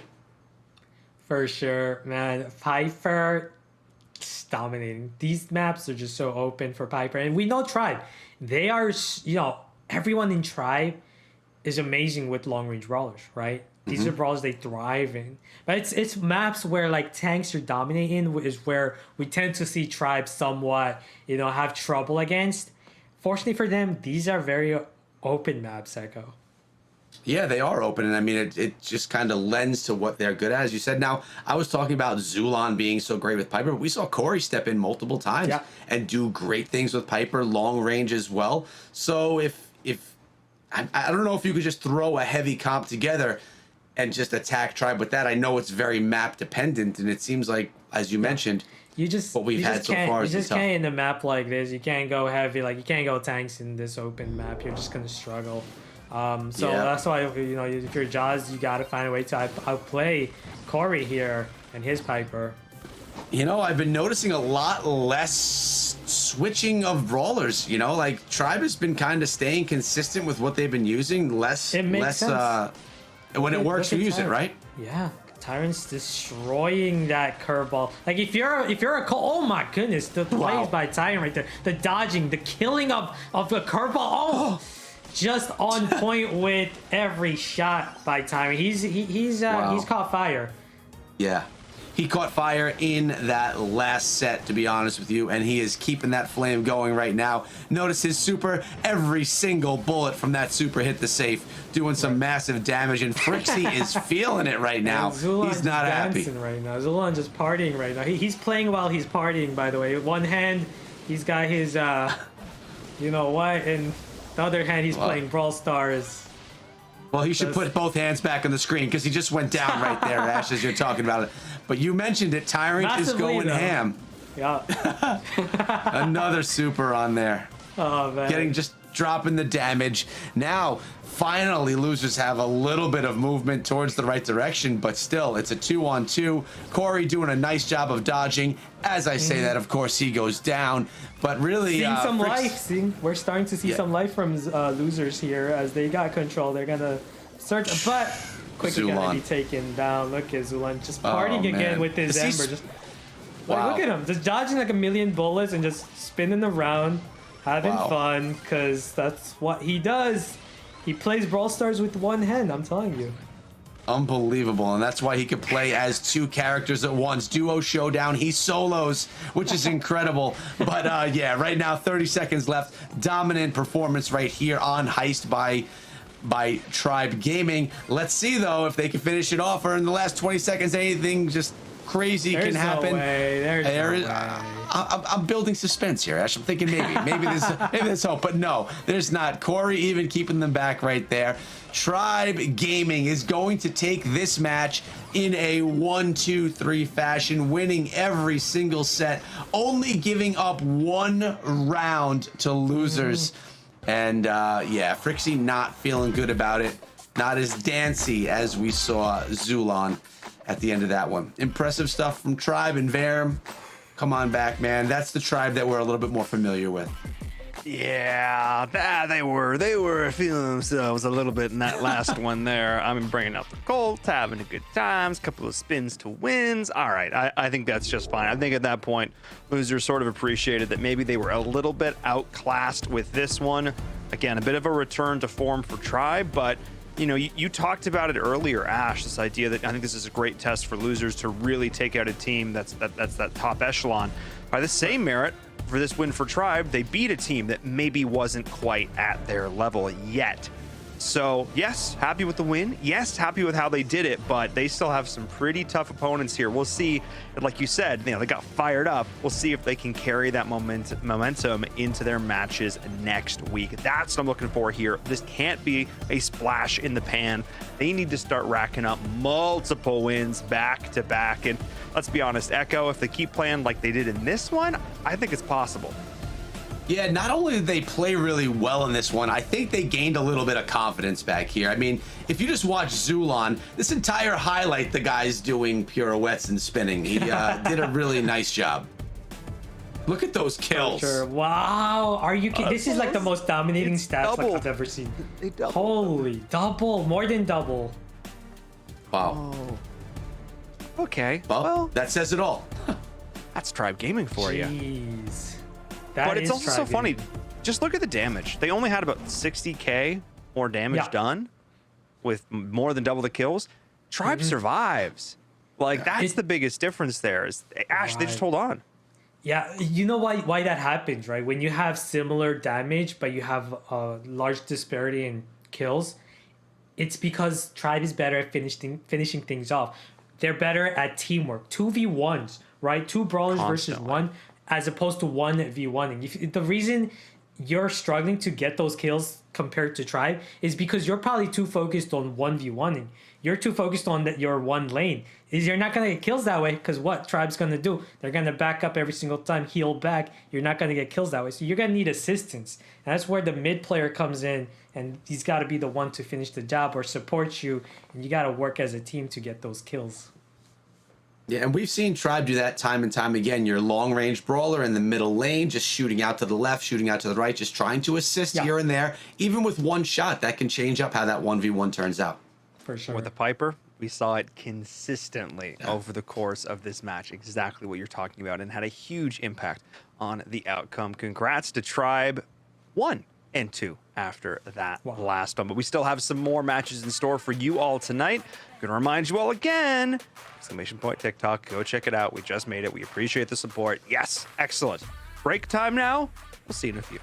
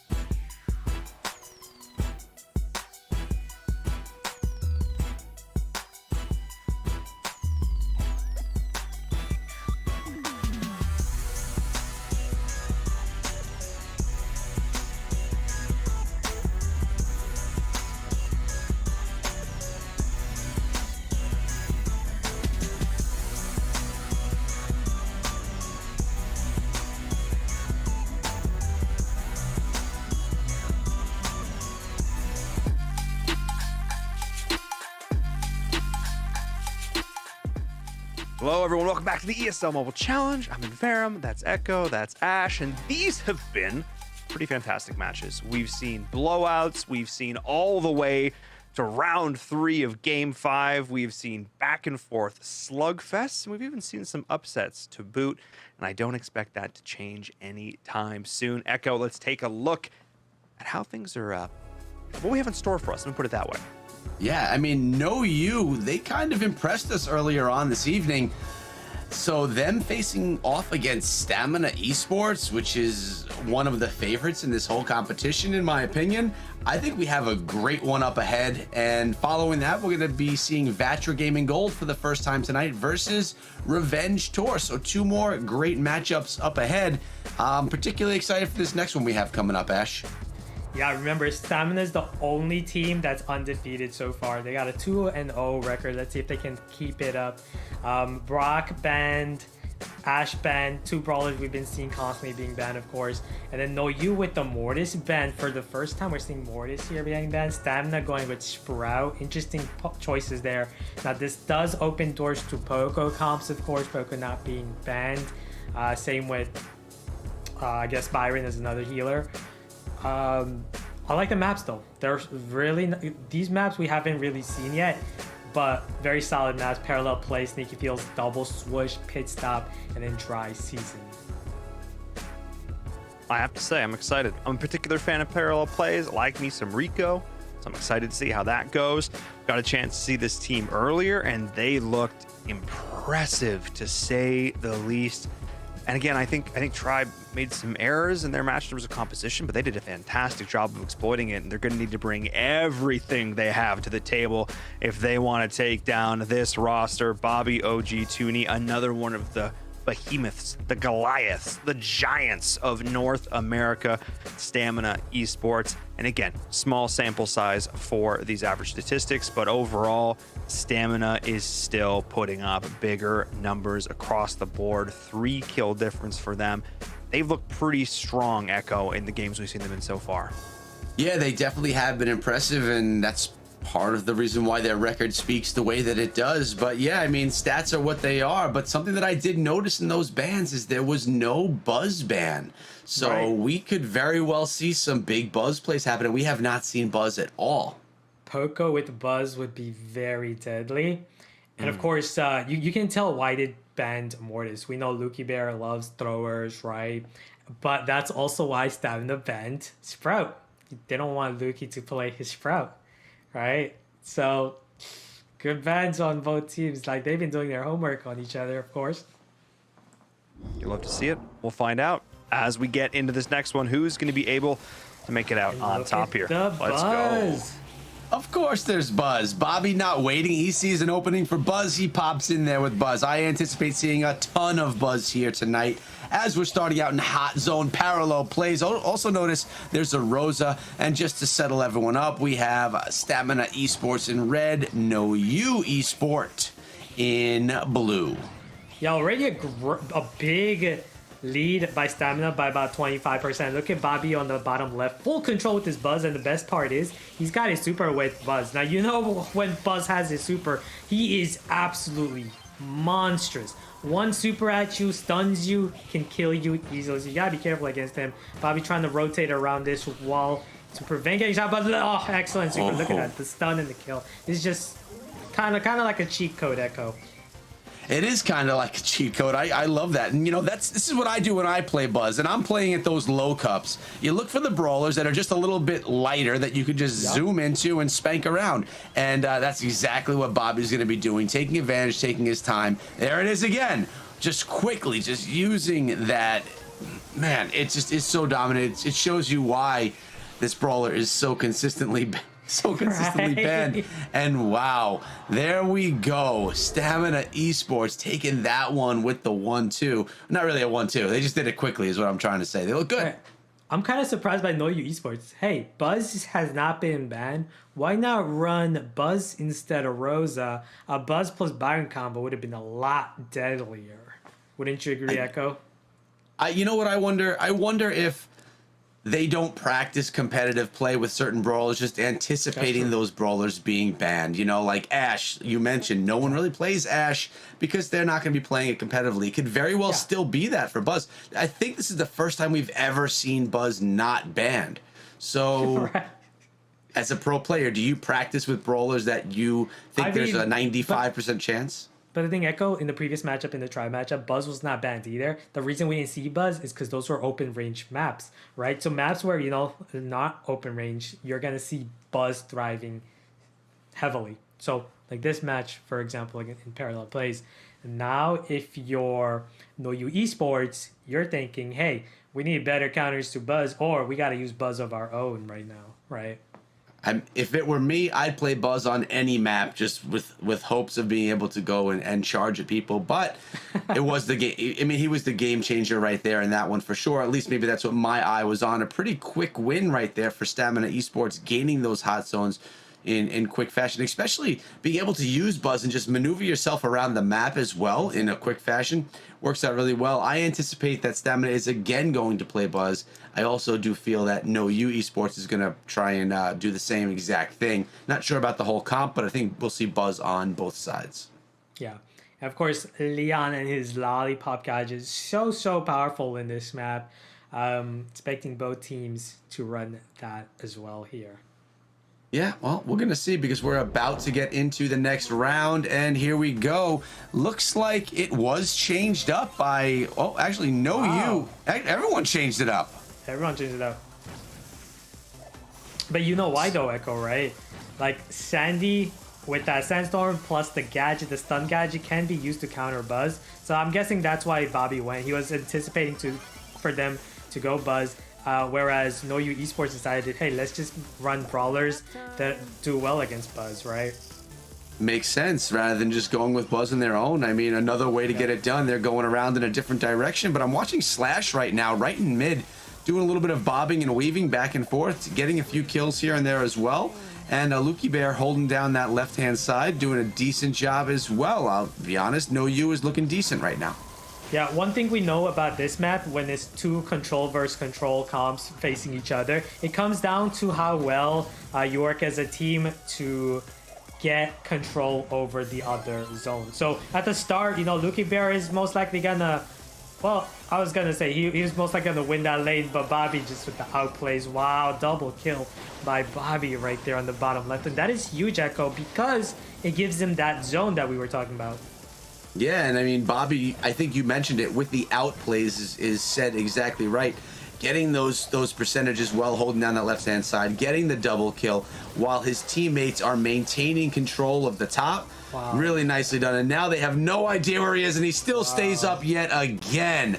Wow, Ash, he's doing a nice job in that left bottom. I can't believe he stayed alive for that long. He was 1v1ing for like a minute there on that zone, and he's still alive, Echo. This is just insane to see. That's going to do it at the end. Stab dominating in this hot zone set. 1-0. They looked really good, and I have to say, every time that we say how great someone's done and they haven't died, they literally die the next second. We do it to these players every time. Let's bring back Inverum, and I want to ask you, Stamina, they look pretty dominant there. That's the caster curse, Echo. It's classic, quintessential esports, not just here, but beyond, across the globe of competitive gaming. Yeah, no, Stamina looks disgustingly good. Like, I don't know what else to say about that. Their movement is uncanny. It's like, you know, it's like they're Jedi. They can see into the future. They know where these shots are coming from before they are even, the button is even pressed. It's terrifying to watch. If I'm No You Esport, I think we have to see a little bit of that same bold decision making that we saw earlier, not being afraid to bring out just wonky compositions, try and catch Stamina off guard, because I'm going to be very frank with you all here, team. If you try and go toe-to-toe with Stamina with the way they're playing right now, that's the result. You're not going to win. You have to bring out something creative, you have to bring out something unexpected, and you have to try and beat them with a compositional advantage, because they just looked so good, Ash. Yeah, like 1/3 as many kills as Stamina right there. Staggering. Yeah, and I mean, what that means is, what you're saying, Inverum, is if there's a mirror comp that you think Stamina is going to be the one to outplay, I mean, that's essentially what you're saying. And when that's the situation that a team is in, you got to be honest with what your abilities are, and you have to outsmart them. And that could make for some really fun things as well. And what do you see in the composition right here, Ash? Right. Yo, I gotta say, man, I love what OG's doing with Gale. Running Gale again, bringing in Gale in this meta, a brawler we don't often see, right? Look at how beautiful gadget he was keeping Luki back. I thought Luki was gonna score that for sure until OG made that play with his Gale, just showing how Gale can shine. Wow. Yeah, and here we go. Bobby's running his way around, and is he going to be able to get it in? No, right on in for the goal. Bobby getting it done quickly. 1:50 left. Will it go to the end, or is Stamina going to completely dominate? I love that Max is able to make everyone move so quickly. Just make it that much more difficult to take them down. It's also the first time we're seeing Shelly tonight, by the way, Minwon. I guess they were anticipating Poco double tank comp, because remember, Poco was not banned. Unfortunately for them, Stamina is not running that comp. But right now, this is going to be difficult. I don't think they're going to be able to stop Luki Bear, but he gave up the ball. And Bobby, excellent play to keep the ball to the side and just defend here. Best part, Echo, OG's a Gale, and Gale's one of the best defenders. Yeah, I agree, and he's doing an but he goes down right there. Czar's got to get a play in. Oh, tying it up right there. Nice job by Min Wong. But right now, quick, Czar's using that super and gonna get things moving fast right here. There's still plenty of time left. 50 seconds left here. That's a big kill right there. This is a 3v2 advantage for Stamina. Just got to heal up, but he's also got to move the ball up. Fortunately for Stamina though, 40 seconds left. And best thing is, you also got to check out the comp in overtime. In overtime, I feel like OG's going to have such a big advantage, being Gale, to constantly just slow them down with his freezing snow star. But as I say that, he's going to go down to Min Wong's Shelly super. Yeah, and notice when we see Min Wong play strong, we see No You Esports play well. We saw it earlier on the night, and I remember just continuously saying his name. Playing on defense, this could be a goal right here. Team wipe. Oh, wow. Wow. What nice play right there. Right. Out of No You. Nicely done. That combination of healer with Rosa, just too much to overcome. Same with Shelly. Shelly just seemed like she wouldn't die. I mean, Will just wouldn't die. I think he was also running Band-Aid star power on top of that. I don't think he was running the slowdown. I don't think he was running shell shock. So that helped him a ton right there, staying alive, dealing so much damage, opening up walls with Shelly. Shelly was super effective. I was questioning. It was questionable at first, but then, man, Shelly in this map, sneaky fields, bushes. This is heaven for Shelly. That's the brawler I was saying. Ash, you see what brawl is in here. I was talking about Shelly. I was actually not talking about Gale, because we don't typically see her pop into any of these maps, but you mentioned it. I think that I saw multiple times the Shelly take down the Gale in multiple opportunities on the right-hand side of the map. Played well. And another example here of things just not being dominated from earlier on. No You was able to come back and switch it up. But look at this, Stamina Bobby coming through with the Shelly as well. OG. Yeah, OG sticking with the Gale pick, confident that it might work out this time. Bobby going with Shelly this time, and Czar sticking with Max. That speed support's gonna help them out a ton here. Hopefully, push the enemy back. But still, Echo, Sandy is so hard to, counter when you have Sandstorm down. Yeah, I agree, and we still have Luki Bear playing as the Rosa as well, which we saw Stamina have a hard time dealing with earlier on. Look at this! Look at Bobby coming through with those supers. I love it. I love seeing Shelly in action.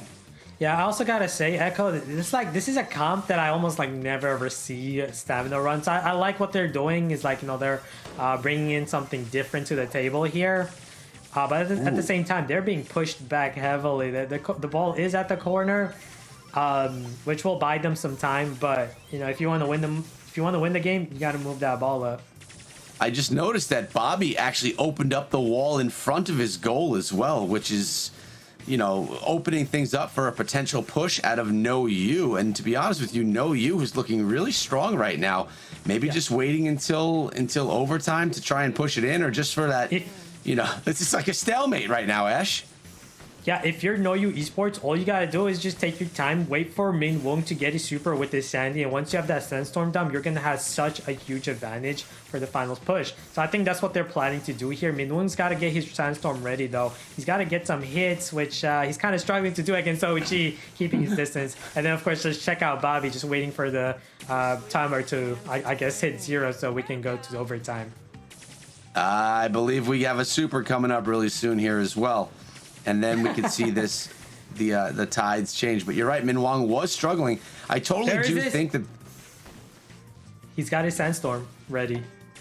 Let's do it.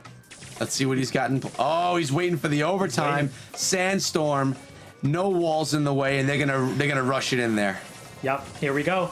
This is what he's been waiting for his entire life. This moment. His entire life he's been waiting, but it's over. The Sandstorm is gone. Wow. Oh my goodness. Decimated right there. And now these guys have supers ready. Bobby could go for a super right there. They're gonna be able to defend that. They gotta corner that. Oh, they're gonna move it up. It's dangerous, but there's a Sandstorm that's big. Wow. This is truly back and forth. But right now, there's a big push. It's Rosa right in front. Lukey Bear is there. Wow, Min Wong is going to be able to move it up one more time. Take the shot. Super for the goal in overtime. Going for No You Esports. Tying this one up 1-1. This is what I was talking about, how the back and forth has been so crazy here tonight. And Verum, come on back. Just when we say that Stamina is looking so dominant, that happens. What did we say? If you try and play them straight up, you're probably gonna lose. Instead, they get creative. They bring out these different picks and then they execute them extremely well. Look, Stamina still had moments of brilliance over the course of this. No one can deny that. But once No You Esports got map control, Stamina, I don't really feel like they equipped themselves correctly to get themselves out of that situation. It didn't really feel like they had a game plan to take back map control, and I mean, No You was going to punish them. They kept them trapped back into the corner and just war of attrition. They grinded them down. Ash, I can hear you laughing, and I sure as heck know why. The Shelly triple kill there by Min Wong. Huge. Yeah, we need to remember here that, you know, we were kind of talking about Stamina, how they were dominant, and No You Esports maybe wasn't up to par. But remember, this is the same No You Esports that beat Tribe earlier on, right? And we know what Tribe is capable of. So, you know, this team definitely has some things in their back pocket. And look at how the tides have changed, 23-13. But look at the damage as well. Less damage done by No You, but 10 more kills. Look at the healing. I remember what we said about that. When you have less or similar damage but more kills, better teamwork, better execution as a team. And compositionally there, you saw it as well. More than double their healing, bringing in that extra sustainability, which in a map like Brawl Ball, where it's all about having to force muscle your way into the net to get those shots in, having those additional bodies, those heal supports as well, definitely ended up making a difference in the end. But props to them, because they were able to get that advantage and then play it out. Because you're absolutely right, Echo. This is a team that beat Tribe. They are mechanically excellent. But that opening game, Stamina still looked terrifying. The key is to not let them play at their potential, to put them on the back step, to put them in the corner, to not give them the control, because once they're there, pretty much not going to give it up. So I need to see more from No You hitting that reverse. You've activated my trap card. I need to see more of that, because Ash, that's how they're going to take the victory here as we get into this next match. Yeah, double switch is going to be the map. And we know double switch. This is where Jean is so good in, as well as Bell. Bobby opting to go Bell rather than Jean, which is pretty interesting considering just how great of a Jean player Bobby is. I guess he's more comfortable with Bell tonight. Or he's feeling it with Bell. And I like that too. If I'm No You Esports, I'd be a little bit worried going into Gem Grab playing against Stamina. I just feel like Stamina has good control, and they're going to be able to utilize that control, holding down the middle and just continuously picking up those gems, as you're seeing Tooney do right now. I feel like in Brawl Ball, it's a very different game mode than other game modes, and we always see tides change over there. So we're going to see if Stamina can do as I'm predicting, which is have total control of mid and really be able to quickly pick up the majority of the gems. Although Min Wong, we've been saying his name over and over tonight, he's definitely a game changer as well. And when he's on fire, it's hard to hold him back, Ash. Yeah, and if you're Toonie right now, you're kind of oh, but that's a big miss by Min Wong, and that opens doors for Toonie to move up the map here safer to get those gems. That's big. You don't want to miss the gene pull like that because it takes a while to charge it back up. And now Stamina capitalizing on that gene pull miss, or Slash gonna use that Sandstorm to push him back. Excellent plays right there by Slash. Aggressive by Slash as well, going right up there into the backfield, but actually doing a decent job at the same time. Min Wong stunned for the time being, but back to safety. Holding, they have, well, Min Wong now holding 8 of the gems. It's very close right now. So and look at that. Wow, no 10 you. gems in the bag right there. Fortunate for that last gem to spawn there. He's gonna miss another pull. Hey, guess what, Echo? Min Wong doesn't need pulls. He doesn't need supers with his gene to it. He's intentionally missing the pulls. He's like he's swagging the pulls as he would be doing in Clash of Clans. Oh, he's Min got Wong. star player too. What? He missed every pull and he got star player. That's the not next supposed level. to happen. Next level BM. Intentionally missing your pulls, like Echo said, and winning the game and getting star player. Jeez. That was not how I expected it to go. To be honest, I expected Stamina to really be able to hold down the control, but Min Wong, gem carrier, missing pulls, having the most damage, and carrying all the gems. What's going on? And how strong is this player? I mean, that's incredible. Every stat. Wow. Yeah, but also I feel like Stamina, it's questionable what they were doing there. They got Sandy to play gem carrier, Bell as their lane. And what's questionable about it is like Sandy is gonna struggle against Jean in the mid. Sandy doesn't have the range to deal with Jean. And not only that, the moment Jean gets his pull, your Sandy can't really do anything because you can't afford to get pulled. So he's not gonna be able to make any, he's not gonna be able to push up. Or maybe they know that he never actually hits his pulls and they don't need to worry about that. I don't know. But I would anticipate the switch up there, though, definitely. I can't see Sandy go. I mean, I like the idea of Sandy being able to sneak his way in, but you're right. The range advantage by a Gene is going to be just, huge. Mm-hmm. Not just that. I think the biggest component of why they won was Jean's ability to constantly help his lanes, pinch the lanes, having that range. Sandy can't do that. He doesn't have range. He can't help your teammates at the mid. And that's a big, big advantage for a Jean. And this is why we're seeing Bobby now switch to Jean.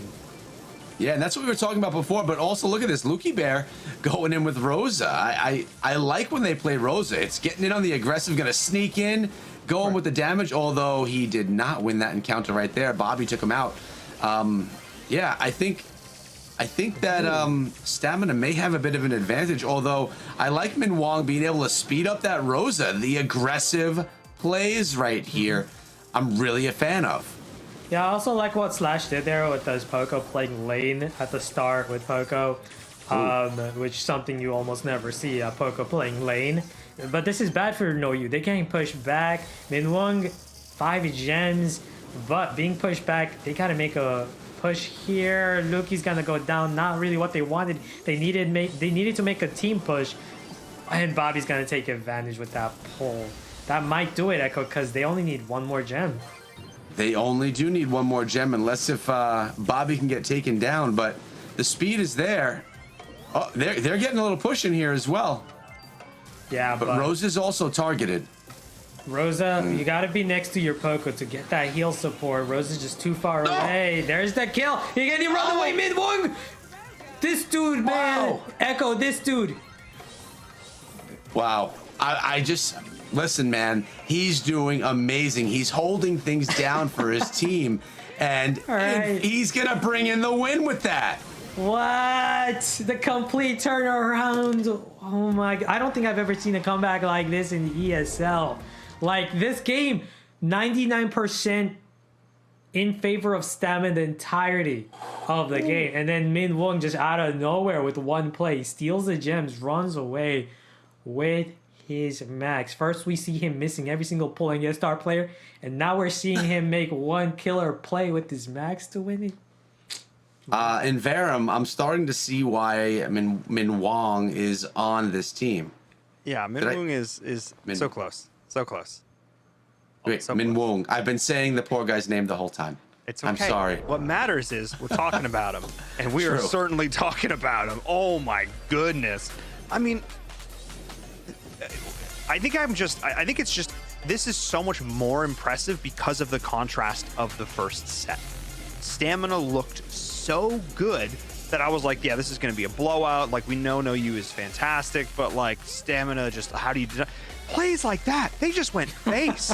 Lukey Bear ran in. They gave them the perfect support. Min Woon was exactly where they needed to be, and they were relentless. They had zero hesitation, knew exactly how far they could push their brawlers. And don't get me wrong, there's a lot of great individual micro plays, fantastic body blocks, individual 1v1s.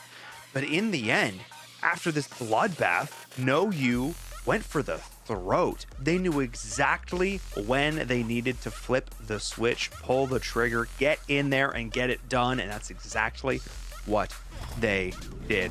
Stamina now down in this. Wow. Ash, definitely. Wow. Yeah, they are the undefeated team, by the way. They're 2-0 still. No other team is undefeated. And now they're one set away from losing one here tonight, possibly.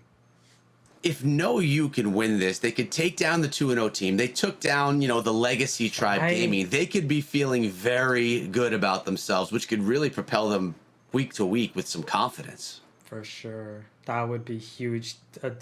Toppling two of the top teams in North America this week. That will do wonders for their confidence. Ash, that's a statement. That's a statement piece right there. It's exactly it. Because, if you take down Stamina and Tribe, you're definitely making a run at being literally the best team in North America. We'll see if they can do it here or if Stamina can fight back. Let's rock and roll. Echo, Ash, let's get into it. Yeah, we're hopping into Heist right now, and we'll look at Toonie rocking the bull right there. We also have Min Wong again rocking a bit of a tank, but it's about who's going to be able to open up that middle wall, and I don't know that No You's going to be able to do that. Actually, I guess they could use the Dino. Yeah, and we know Lukey and his Dynamite, one of the best Dynamite players in the world here. And no surprise why he would bring it out here. I mentioned it earlier in the night that I love Dynamite as my favorite thrower, and I wanted to see it. So my hopes have been answered. Thank you, Lukey Bear. But look at this. Toonie going in on that safe. Min Wong doing a nice job shutting it down, though, at the same time.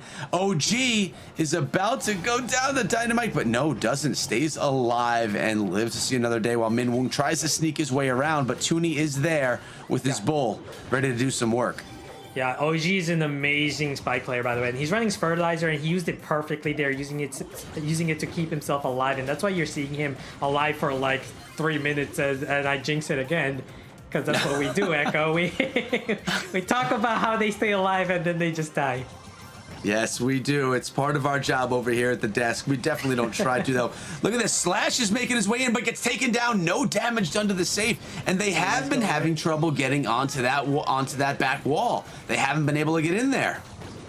Right. Lukey's doing a great job with his Dyna, even though you don't want to be on the defensive end with Dynamite. Oh, look at that. Hitting shots against that bull rushing in. What? Oh, super by Bobby. I don't know if he intentionally decided to go for Lukey there, but that was a great kill. A little bit of luck never hurts either, but Min Wong is, again, trying to sneak his way around. Whoa. Look at Toonie, just super after super. Nice job by Slash, though, shutting him down. And here we go. Lukey Bear is on that safe, going to be dropping a lot of damage, not only on the safe, but on the brawlers as well that are trying to defend. And there we go. Slash going ham on it as No You is bringing it to the house on that safe and on Stamina Esports. My goodness. There's the bubble. You spoke of the bubble. Man, I gotta give it to Echo. I gotta get, like, everyone on No You played so well, but I gotta give it to Lukey Bear. He just played Dyna on like a next level here, hitting those shots, constantly supporting his teammate, playing defense and offense with his Dyna there. I mean, you did say that Lukey was one of the best Dynamite players in the world, was it, or the North America? Yeah, I mean, the either way. world. No, the world. Echo. He's very well known as a Dyna prodigy here. Well, when you're a Dyna prodigy, you're a prodigy with any brawler, and the map kind of fits that brawler. I mean, I feel like if you're the best, you have to play that brawler. Exactly. But can you play it again?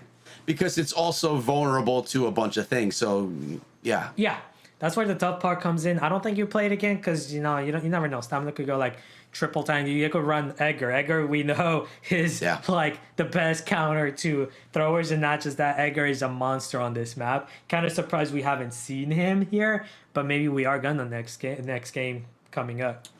Fingers crossed. I want to see a little bit of Edgar. He does lay the smackdown on any thrower or any brawler that really is just kind of low in HP. But, yeah, this is going to be a big one right now because if No You wins right here, they shut down Stamina and they would have shut down. But look, Slash is coming in there on the safe. We got Min Wong as well. Min Wong. Wow. Already putting that damage on there. 53%, and that goes to show who the aggressor was. No, you was. They made the aggressive play at the start, took advantage, and this is what you gotta do when you're in a tank versus tank. You gotta be the first team to put the motor on, because you're just gonna constantly be chaining supers all day.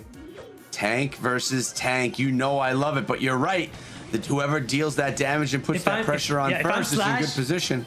If I'm Slash, that's what I would exactly do right there. Forget OG, go in, finish the game, because you're going to get combined more damage to finish it and destroy Stamina. No, you taking it, Echo. Wow.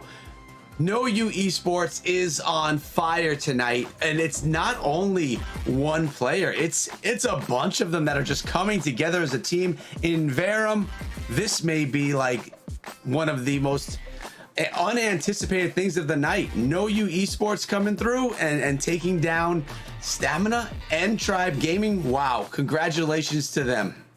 Get me in here. Yes. Okay. It's so much more impactful because of that first game. Because we saw how good Stamina is. Just raw, unadulterated, great teamwork, great shooting. And then it was like we literally saw that Uno flip card, and every good facet of their play was suddenly reversed. It was like they just, mirror force. They activated that trap and right back again. That was a very specific reference. And no, you just looked fantastic. Like, look at this defense. Yeah, Slash missed a couple of shots here, but look at Lukey Bear. You were so correct to point this out. Watch this next shot we're about to see after Toonie pops his super. And, boop, nope, nothing, not a single shot. And then to be able to follow up like this, know exactly how much damage they can do, prioritizing the safe. No, look at this movement from Slash. This was just incredible play. This is, like as you said, best in the world level play. Absolutely phenomenal here. No You Esport. They have to be I have a new title for them. They're the Giant Killers. There is no other way around it. To beat Tribe and Stamina in one day, in one night. And to beat them in a best of 5? It's not like this is a crazy random one-off best of 1, and no, you could say it was a fluke. No, this was a best of 5, and they took the win. No You Esport looking to make a claim as one of the best teams in North America. This was so close, but in the end, proof is in the pudding, and Echo, No You Esports just did it a little bit better. Yeah, and look at the amount of healing that they did. They did 140,000 more healing than Stamina. Although they did less damage, they were on their healing point, as you guys had both mentioned earlier, working together well as a team. Either way, I am extremely impressed with No You Esports tonight, not only from this one, but from the one earlier on. They are on fire, and as I mentioned before, they are going to leave here tonight and have so much confidence, being that they took down both Tribe and Stamina, who, as Ash said, are two of the strongest in North America. That is a huge confidence builder and something for all these other teams to look at and say, we need to watch out for No You Esports. Yeah, for sure, man. You guys think they might be the favorites now? Because they're destroying everyone here tonight. I mean, they have to be. I mean, how can you not root for this team? How can you not root for this team? Like, it's I mean, everybody loves a bit of an underdog story. And again, these are 3 very veteran, very experienced players. Like, I don't want to undersell how good they are, but I'm doing so by reminding you how good Tribe and Stamina are. It's not in that we have to put this in context. That's what makes this so fantastic. The history, the legacy that these 2 organizations have in North American Brawl Stars is extensive. And we're not done yet. We still have one more match in store for all of you fine folks at home, and I cannot wait. Before we go to break, though, remind you again, TikTok. Okay, thank you. For TikTok, go check it out. We have videos. We're great. Maybe I'll do a video on there. Maybe I'll learn the memes and we'll make one. See how that goes. Anyway, we'll maybe stick to hosting. Let's go to a short break. When we come back, our last match of the night. We'll see you soon.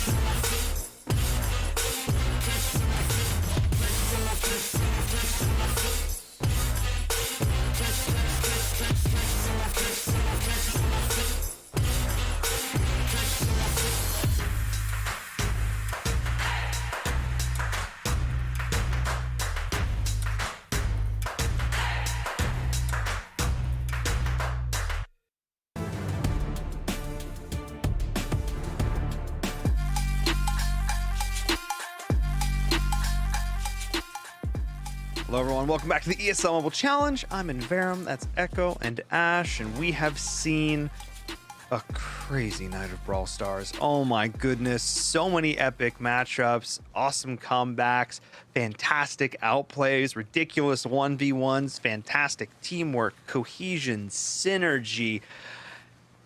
All wrapped up in a great package. All right, I can keep going, but those are kind of a lot of words. Echo, why don't you talk for a bit as we take a look at our schedule, or what's left of it, for our final match of the night.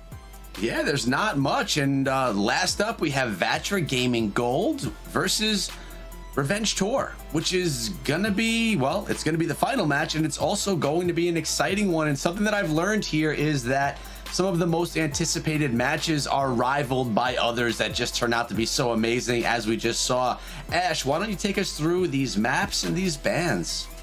Yeah, no surprise with Ash being banned, of course, and Brock getting banned. Brock has been banned every single match tonight. We did get to see Ash for once, but kind of short-lived, right?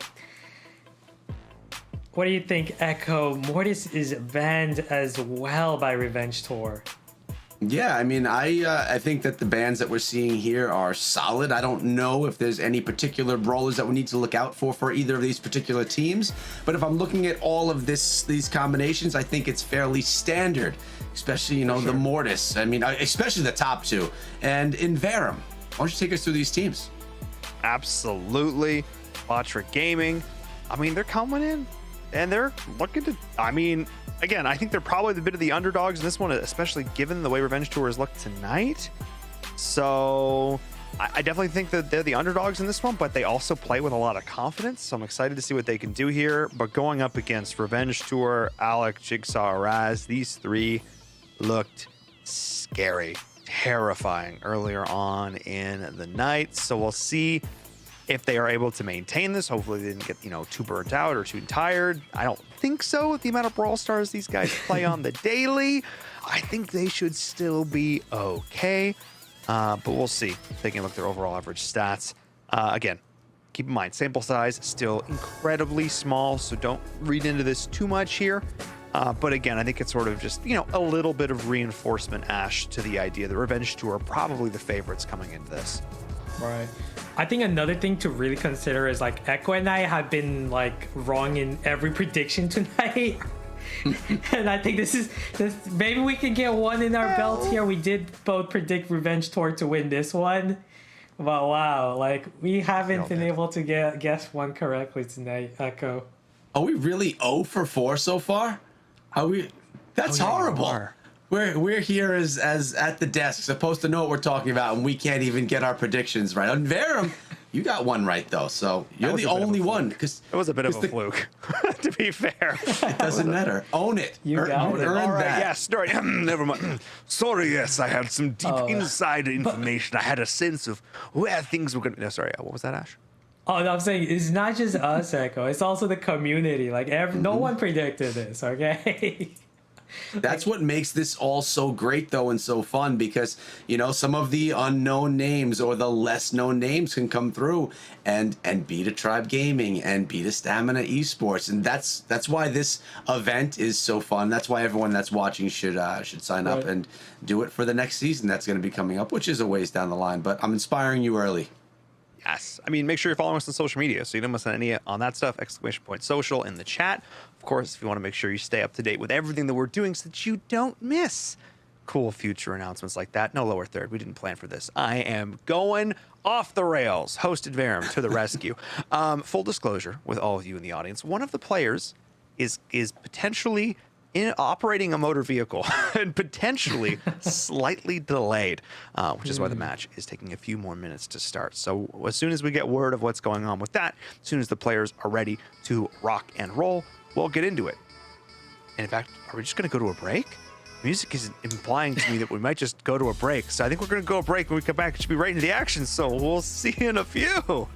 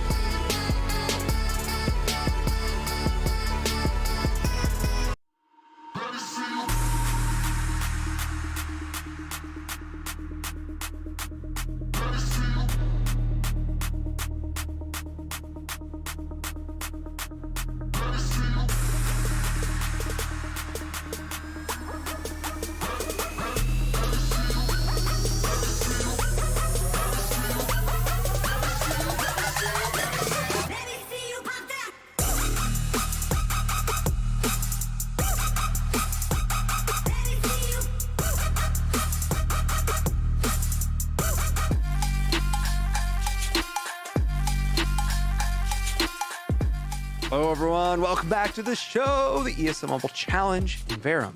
Echo. Wait, am I pointing the right direction?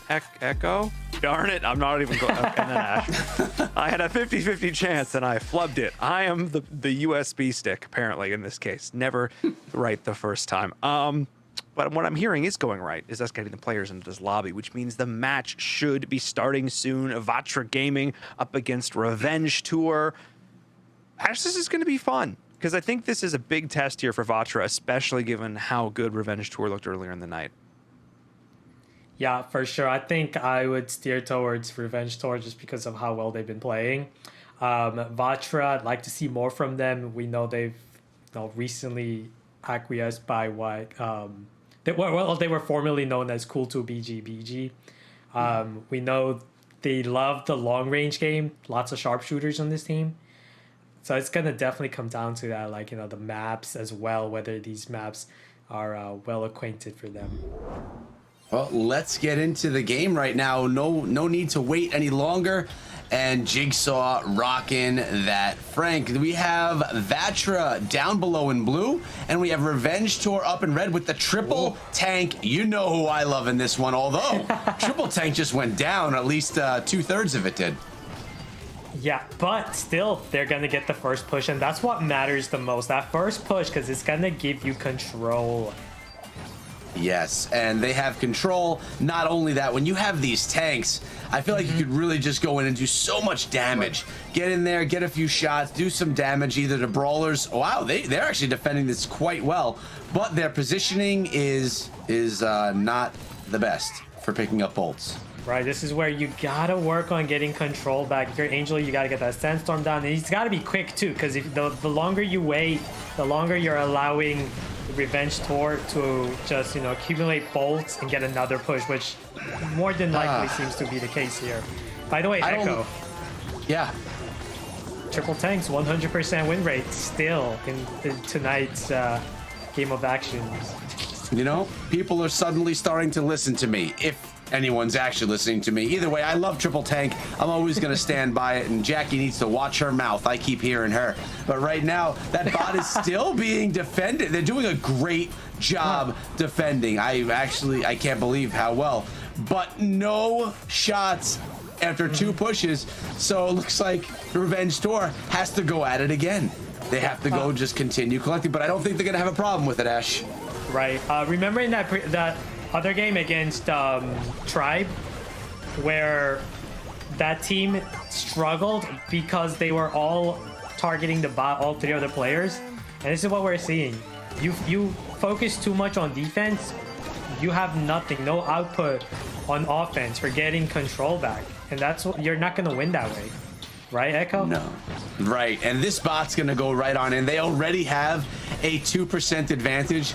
It doesn't matter. This is going to be GG right now. Revenge Tour coming in strong, not playing around. They're going in with as heavy of a comp as they can, and they're taking round number 1, taking down the Ike, knocking back Vatra, making them have to worry about that triple tank. So, but is the triple tank, they going to run it again? They're just going to go aggressive after aggressive? I would.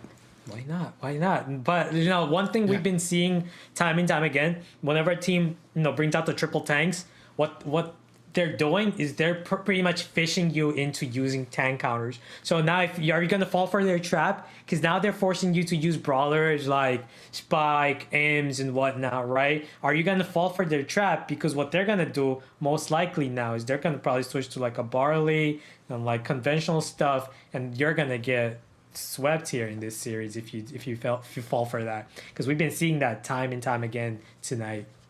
Very true. Something we need to also keep in mind is that Mortis has been banned, so those throwers are not going to have to really worry as much about Mortis coming through sweeping or Mortis taking advantage and just running through grabbing all the bolts. But honestly, I think that even with the tank counters, I think that Revenge Tour, if they were to come out the same triple tank, I think they could still.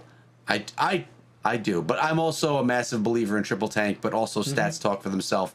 And what'd you say, 100% win rate with the tank comps tonight?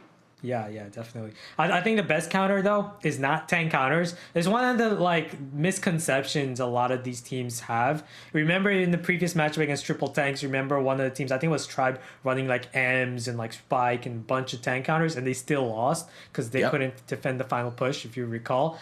And the reason for that is, this misconception that people think, hey, you got tank counters, you can beat tanks. It doesn't work that way. You need cohesion as a unit. And one of the best brawlers for that, for, defeating tanks, from my experience, was Gene. Like, Gene is an excellent brawler. You can constantly chain supers, pull that brawler. And we saw that. Remember in the match where Min Wung and his Gene just dominated, right? Yeah, but that also was Min Wung, and we've seen him do amazing things. Like, can everyone do that, or is that like a Min Wung thing? Because he's just really proven to be an amazing Brawl Stars player here tonight. I have full faith in that guy, but I guess we'll see. Are they gonna go? No, I did. Okay, so we have one Frank, Jigsaw's Frank. We got Raz coming through with the tank counter, and Alec is gonna be able to speed some things up. So let's see how it all goes down. Echo, I'm kind of disappointed in Vatra here. Why go Sprout? After losing to triple tank, Sprout is the brawler that should be off your list. Not just that, like against the Max plus Frank comp, it's still going to be difficult for you to deal with, right? But like, look what they're doing right here, Ash. I think this is their plan. Sprout is going to keep the bot off their Ike, and Angel U is going to continuously throw his super bubble into the Ike. He already got 8% taken off the Ike from the bubble. I think that's going to be their plan, and they could have Sprout just be on the defense. True, that is true. But they're going to lose control right here as Jigsaw trying to win this matchup against Angel U. Now, remember, Echo, they don't need to win this push. They just need to pick up bolts for the final push. All they need to do right now, all Revenge Tour needs to do, is defend against the next push, which they can definitely do. This level 11 push. Defend and then counter push. That's the plan for Revenge Tour.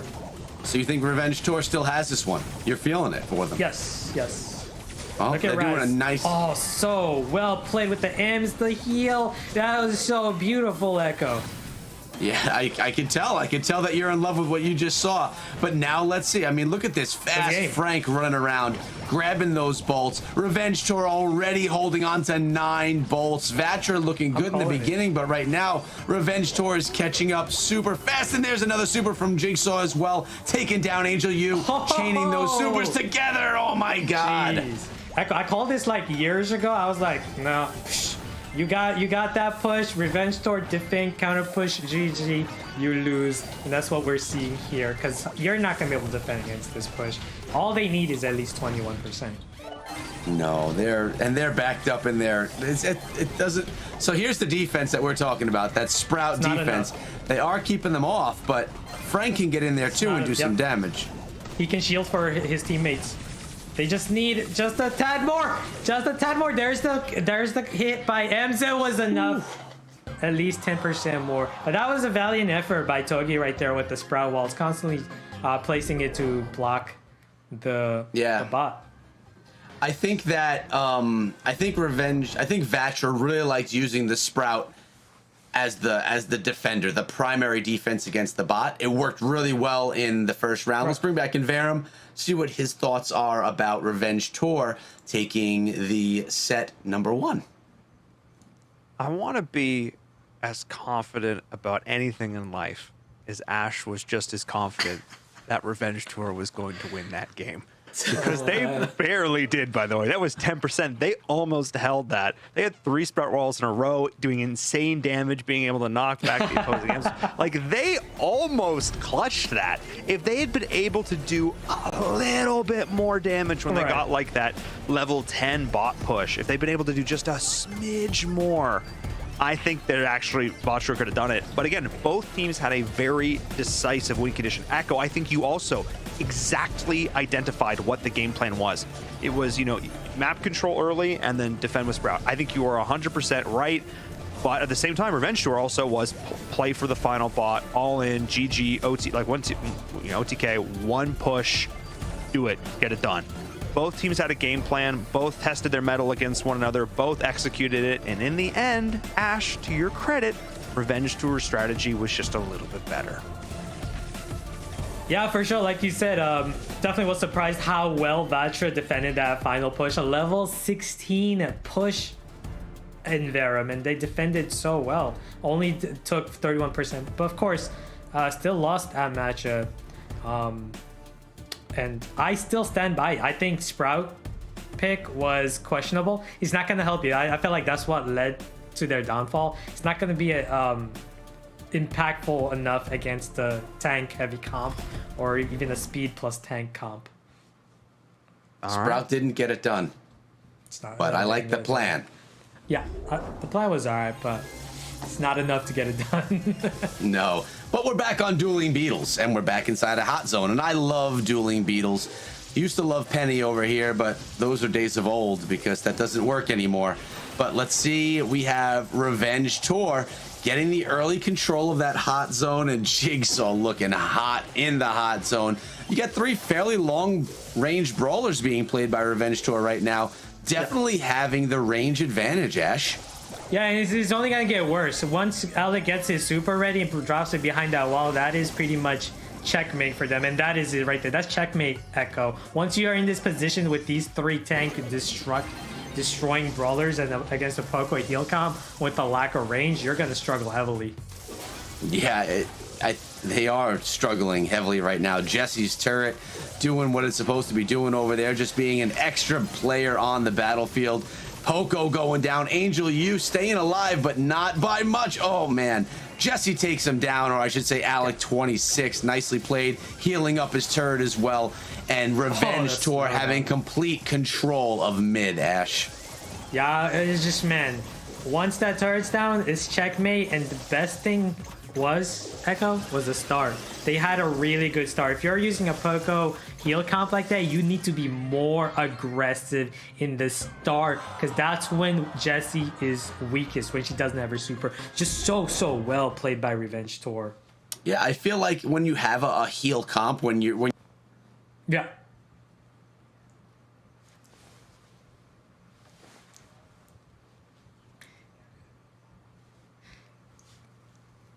Yeah,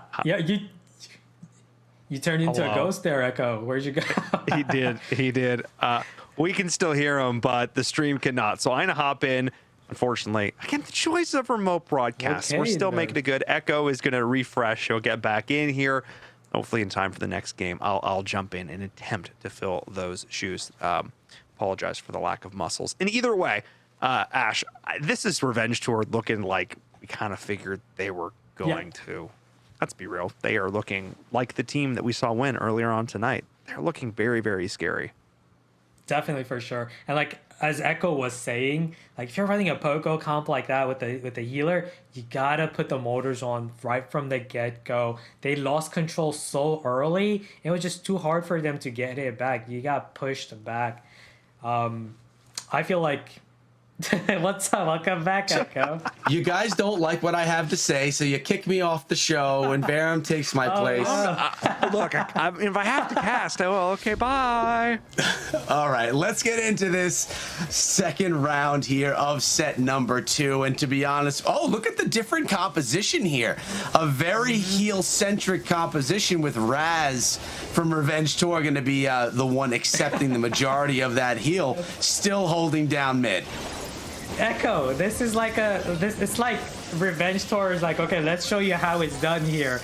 Look what Batch is doing. They're running Bell, and they're running I think they're also B, the 2 brawlers that Revenge Tour were running in that previous game, whereas Revenge Tour is running Poco and Stu, the 2 brawlers Batch was running in the previous game, right? So it's like a coin flip here, but Revenge Tour just playing it better, just dominating. It's insane to see right now. Yeah, they are. I think you said it. They're showing them what they were supposed to do. It's a learning lesson right here. Although, Mitsuya just making his way into the middle right there, getting his toe in the hot zone for a moment. But Raz going back a little bit, trying to help play a little bit of defense and wait for his teammates to come back, waiting for that heal support, and then he's going to make another push to go into the mid there. Oh, nice play by Raz, gaining that again. There is a trap, though, sitting in the middle. it doesn't really matter much because they only need 18 more percentage points to win this game. So like they just gotta take our time. Alex gonna use his super in a bit. There it is, and that should do it. Echo. That should give Revenge Tour the win. Wow. This one is, yeah, it looks like it's, yeah, Raz is just going to heal up a little bit, sneak his way, get a kill on the way as well. Wow. Revenge Tour has won every single round so far, that time bringing in a set with that win. So they are now up 2-0, but Inverum, come on back. This is the time you're supposed to come back, Inverum, without kicking me out. Sorry, but, my bad. But Vatra has no rounds won yet. Yeah, that's a little unfortunate. That was a statement piece. That was, hey guys, you know that composition you ran that you lost to us with? Hey, maybe we'll show you how it's done. This is how it's supposed to go. Let's do play with six. Okay, I mean, I'm just... That is definitely a statement. It's a statement, Ash. And like mentally at this point, Vatra is... this one's tough to come back from. This takes a lot of mental fortitude, frankly, to just not tilt. Right? Definitely agree with you. Like, they lost against the comp that they were supposed to win against, because that's the comp. Well, not completely, but you got B, you got Bell. These are brawlers that you should be, you know, winning against the Poco comp. Yeah, but when you don't, I mean, maybe you're being outplayed. I just like the aggression that we saw from Revenge Tour when they were using that heal comp. And look at the kills right here, 20-9. That says something right there. When you're consistently having to take the time to respawn and reset, it's going to put you in a difficult position for actually pulling in wins no matter what game mode you're going to be playing. And in this one, 65,000 healing over there for Revenge Tour.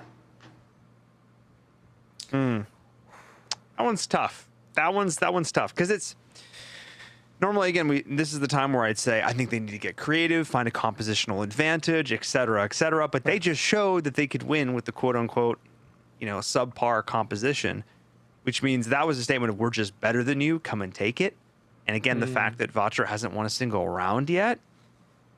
If I'm Vatra at this point, I say forget the meta, forget what's supposed to be good. And I play comfort picks. I go onto the brawler that I have 1,000 games with that I know better than anything else, and I go for comfort. That's what I think, Ash. But hey, we'll see. Echo, let's get into the game. Yeah, and we're going into Brawl Ball, and although we have Revenge Tour that's looking fairly dominant right now, we've seen games change on this game mode.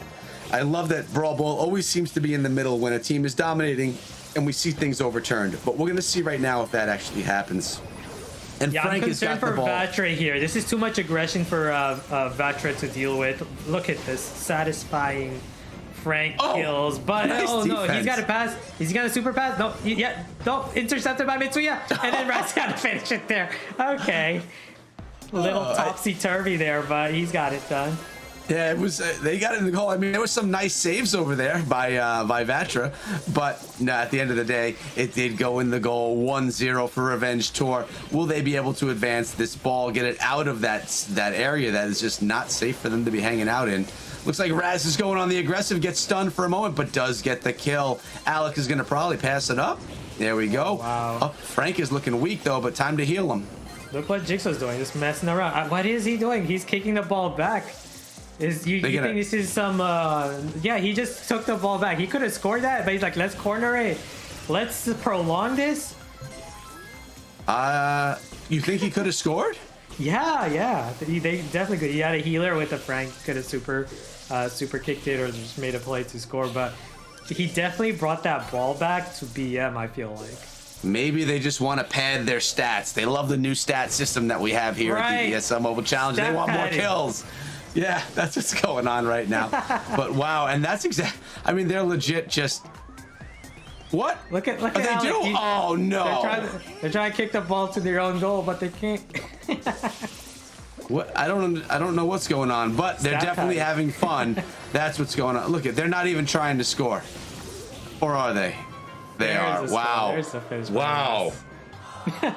They made that look like a playground game right there. Right. That they were just toying with the opponent. Yeah, that's the thing, man. If you're running Barley, it's tough. It's tough against these aggressive brawlers. Stu constantly can just dash in, heal with gas or heal. Also got supported by Byron heal. And of course, Frank, just the best counter to throwers. Can also passively heal from taking damage, opening up the map. It's just a recipe for disaster just from the start for Vatra. Yeah, it didn't look great, but it comes down to this round, right? If Vatra needs to essentially win out from here if they want to be able to pull in the victory on the entire match. Do you think they have the mental fortitude to do so after like losing so badly these past few games? Do you think they can make this reverse sweep happen? I mean, is it possible? Yes, but it's really difficult. I mean, at this point in time, they got to feel like you're either going to do this, say, come on, team, we need to go in and win, and we're going to win everyone from here. Or you could just say, you know what? We lost this one. Let's just go throw this out there and I'd say look into the bring next. Bring out something different. Like that comp they brought up, that was the most meta comp for the map ever. Barley Lane, most meta. B mid, the most meta. Sandy, the most. Those are the three brawlers that you would pick in like a power league match, and that's why they lost. They got to bring in something different to the table. Well, let's see. They got a B. Okay. First time we're seeing Surge tonight. Yeah, Surge is a beast on this map. That's what I like that. I like that they are playing Surge because this is the type of brawler you should be playing to win, right? And look at Raz. I mean, they're playing a little safe right now. They're down one, and Toki with the kill. Angel U holding down the middle, and look, Alec just holding on to it for a little bit, waiting. And look at Jigsaw rocking that dynamite, hiding a little bit there. Is gonna get the kill. Oh, did he get the kill, or was that a? He did. He did get the kill with. Nice job. He's gonna make a play. He's gonna kick it off the wall. Super. Oh no, he's just gonna super kick it. Easy. Too easy for Goats out there. Jigsaw, Goatsaw, doing a nice job so far. And man, I really like that dynamite skin, by the way. I know it's off topic, but I think it's probably the best one. But here we go. Yeah, and and here we go. A quick move, and that's going to be it right there. Wow. Oh my goodness gracious. That is quick. It. They went through this entire match with the dynamite too, without losing, without slipping. I bring back Inverum right now because man, that was Revenge Tour looked good. Put it that way. I think that whole match took about 15 minutes. Oh, there's a cat. Yeah, I would also be celebrating. Where's my cat? Cat, get over here. Get over. We're bringing cats. Okay, I'll see if come here. Okay, well that probably won't happen. Cats don't usually work like that. In any case, Revenge Tour is putting in the work in this last one. They looked absolutely undeniable. Vatra really just couldn't do anything. I don't really know what more else to say here. Like, Revenge Tour were goofing around, and still, like, every time they decided they wanted to make a play, they were just able to do so with impunity. I mean, yeah, Ash, this was tough. It's tough to identify one thing, like one piece of advice that I want to give to Vatra, because Revenge Tour did so many things well. All right, I think we also gotta like take into account like one of their players. Remember, he was driving, he just got home, and like they might have been like just frantic at that point. I mean, let's look at these stats though. They're pretty dominant for Revenge Tour, if you ask me. Healing, yeah. I mean, the number of kills is, not quite double, but definitely an advantage for Revenge Tour. At the end of the day, I think, to be fair, Revenge Tour tonight outclassed Vatra Gaming a little bit. Whether it be that their players weren't settled or whatnot, they just looked better all the way around. And this everyone fighting for that full can. I gotta do it. He's hiding me. Okay, maybe I'm. Okay, hang on. I made a mistake. All right, bye. Okay, he's not. Okay, I may have goofed. Okay, never mind. All right, bye. Thank you guys for the moment. I appreciate it. Cats are pretty great. Just want to say, and also it's pretty great the action that we saw tonight. These transitions are never going to be easy. As we take a look back at oh man, we don't have to fight. We're gonna get them in like 2 seconds. How is your cat so calm? He loves being like in streams. Like he loves it. He loves the attention. All right. I'm a little bit jealous because mine just bit me and ran away. In either case, Echo. I think this was a great example of a night where we just can never have expectations anymore, especially as we take a look back at the final leaderboards. Every upset we could possibly have happened. Yeah, I mean, check this out. We don't have an undefeated team anymore, but up top we have No You Esports and Revenge Tour, two teams that I would have not expected to be our number 1 and number 2. And then check O.O, sitting at number 3 at 2-1, Stamina Esports 2-1, then Vatra at 2-2. And what's funny is Vatra, they didn't play so hot tonight. Yet they still have one win up on Tribe Gaming, who's 1-2, Losers 1-2, and Evil Space sitting at 0-4. Down below. Ash, what do you think of the leaderboard? Is this what you were expecting? No, because Tribe's at number 6. I thought they'd be more at the top, wouldn't you say? I would. And then No You Esports and Revenge Tour, two teams, like, they came out of nowhere this week, and now they're top 2. That's, I like, no one could have predicted this. Yeah, I think between us, between the community, again, looking at historical reference, etc. I don't think anybody really would have expected, this to really be the outcome after the end of all this. In any case, incredible start to the season, constantly showing that you can never get comfortable, that anyone can win in any match, that Brawl Stars, the competitive scene here in North America, is continuing to evolve. Teams are getting better. You're never safe. So, hey, I think keep an eye on that. We'll keep an eye on the Revenge Tour O.O. That's when they say they were friends. They went the distance. If we get a rematch between those two, maybe in the finals, I might want to keep an eye on for here, because it has been a heck of a night, and we still have many more weeks of action in store for all of you fine folks at home. So thank you all so much for tuning in tonight. We'll be back with Clash of Clans tomorrow, and then, of course, back again next week. Be sure to follow us over on social, on TikTok as well, to stay up to date with all the stuff they're doing there, as well as the content. Content. All right. Thank you all so much. Have a great night. We'll see you next time. Let 'em know that the wait's up. That's how we know when we level up. Ay, that's how we know when we level up. Level up. All we know about is level up. Are we ready not to level up?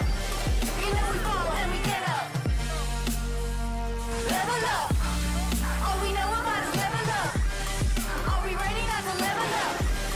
It's time, get up. Back against the wall, still I'm standing tall. Know about the ball, I got my fan with me. All we know is ball to empty out the mouth. The chosen one they call, I take my fan with me. Oh, Raj, man. If you tell, know you're breaking calls. With your credibility and all for like dominoes. Can you really take the stands? All I wanna know. Need me a real one when it's time to go. The team won at the end. Beta, losers to all the haters. That's all we know when we level up. Yeah, that's all we know when we level up. Level up. All we know about is level up. Are we ready not to level up? You know we fall and we get up. Level up. All we know about is level up. Are we ready not to level up? It's time, get up.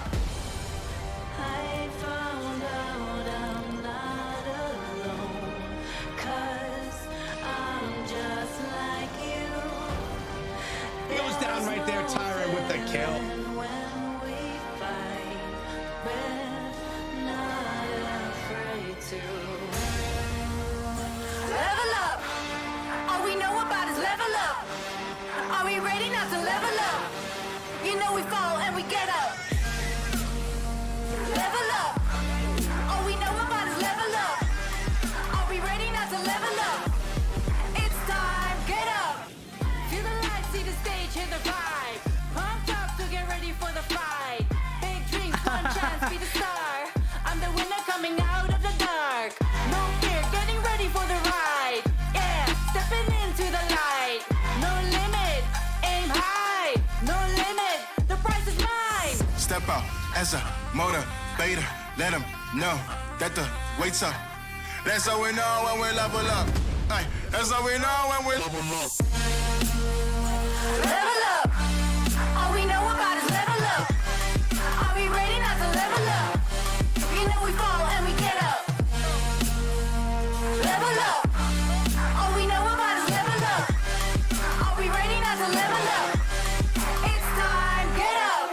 against the wall. Still I'm standing tall. Know about the ball. I got my fan with me.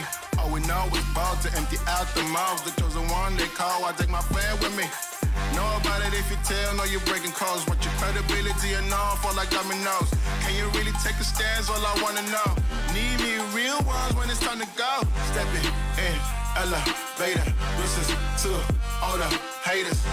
That's all we know when we level up. Yeah, that's all we know when we level up. Level up.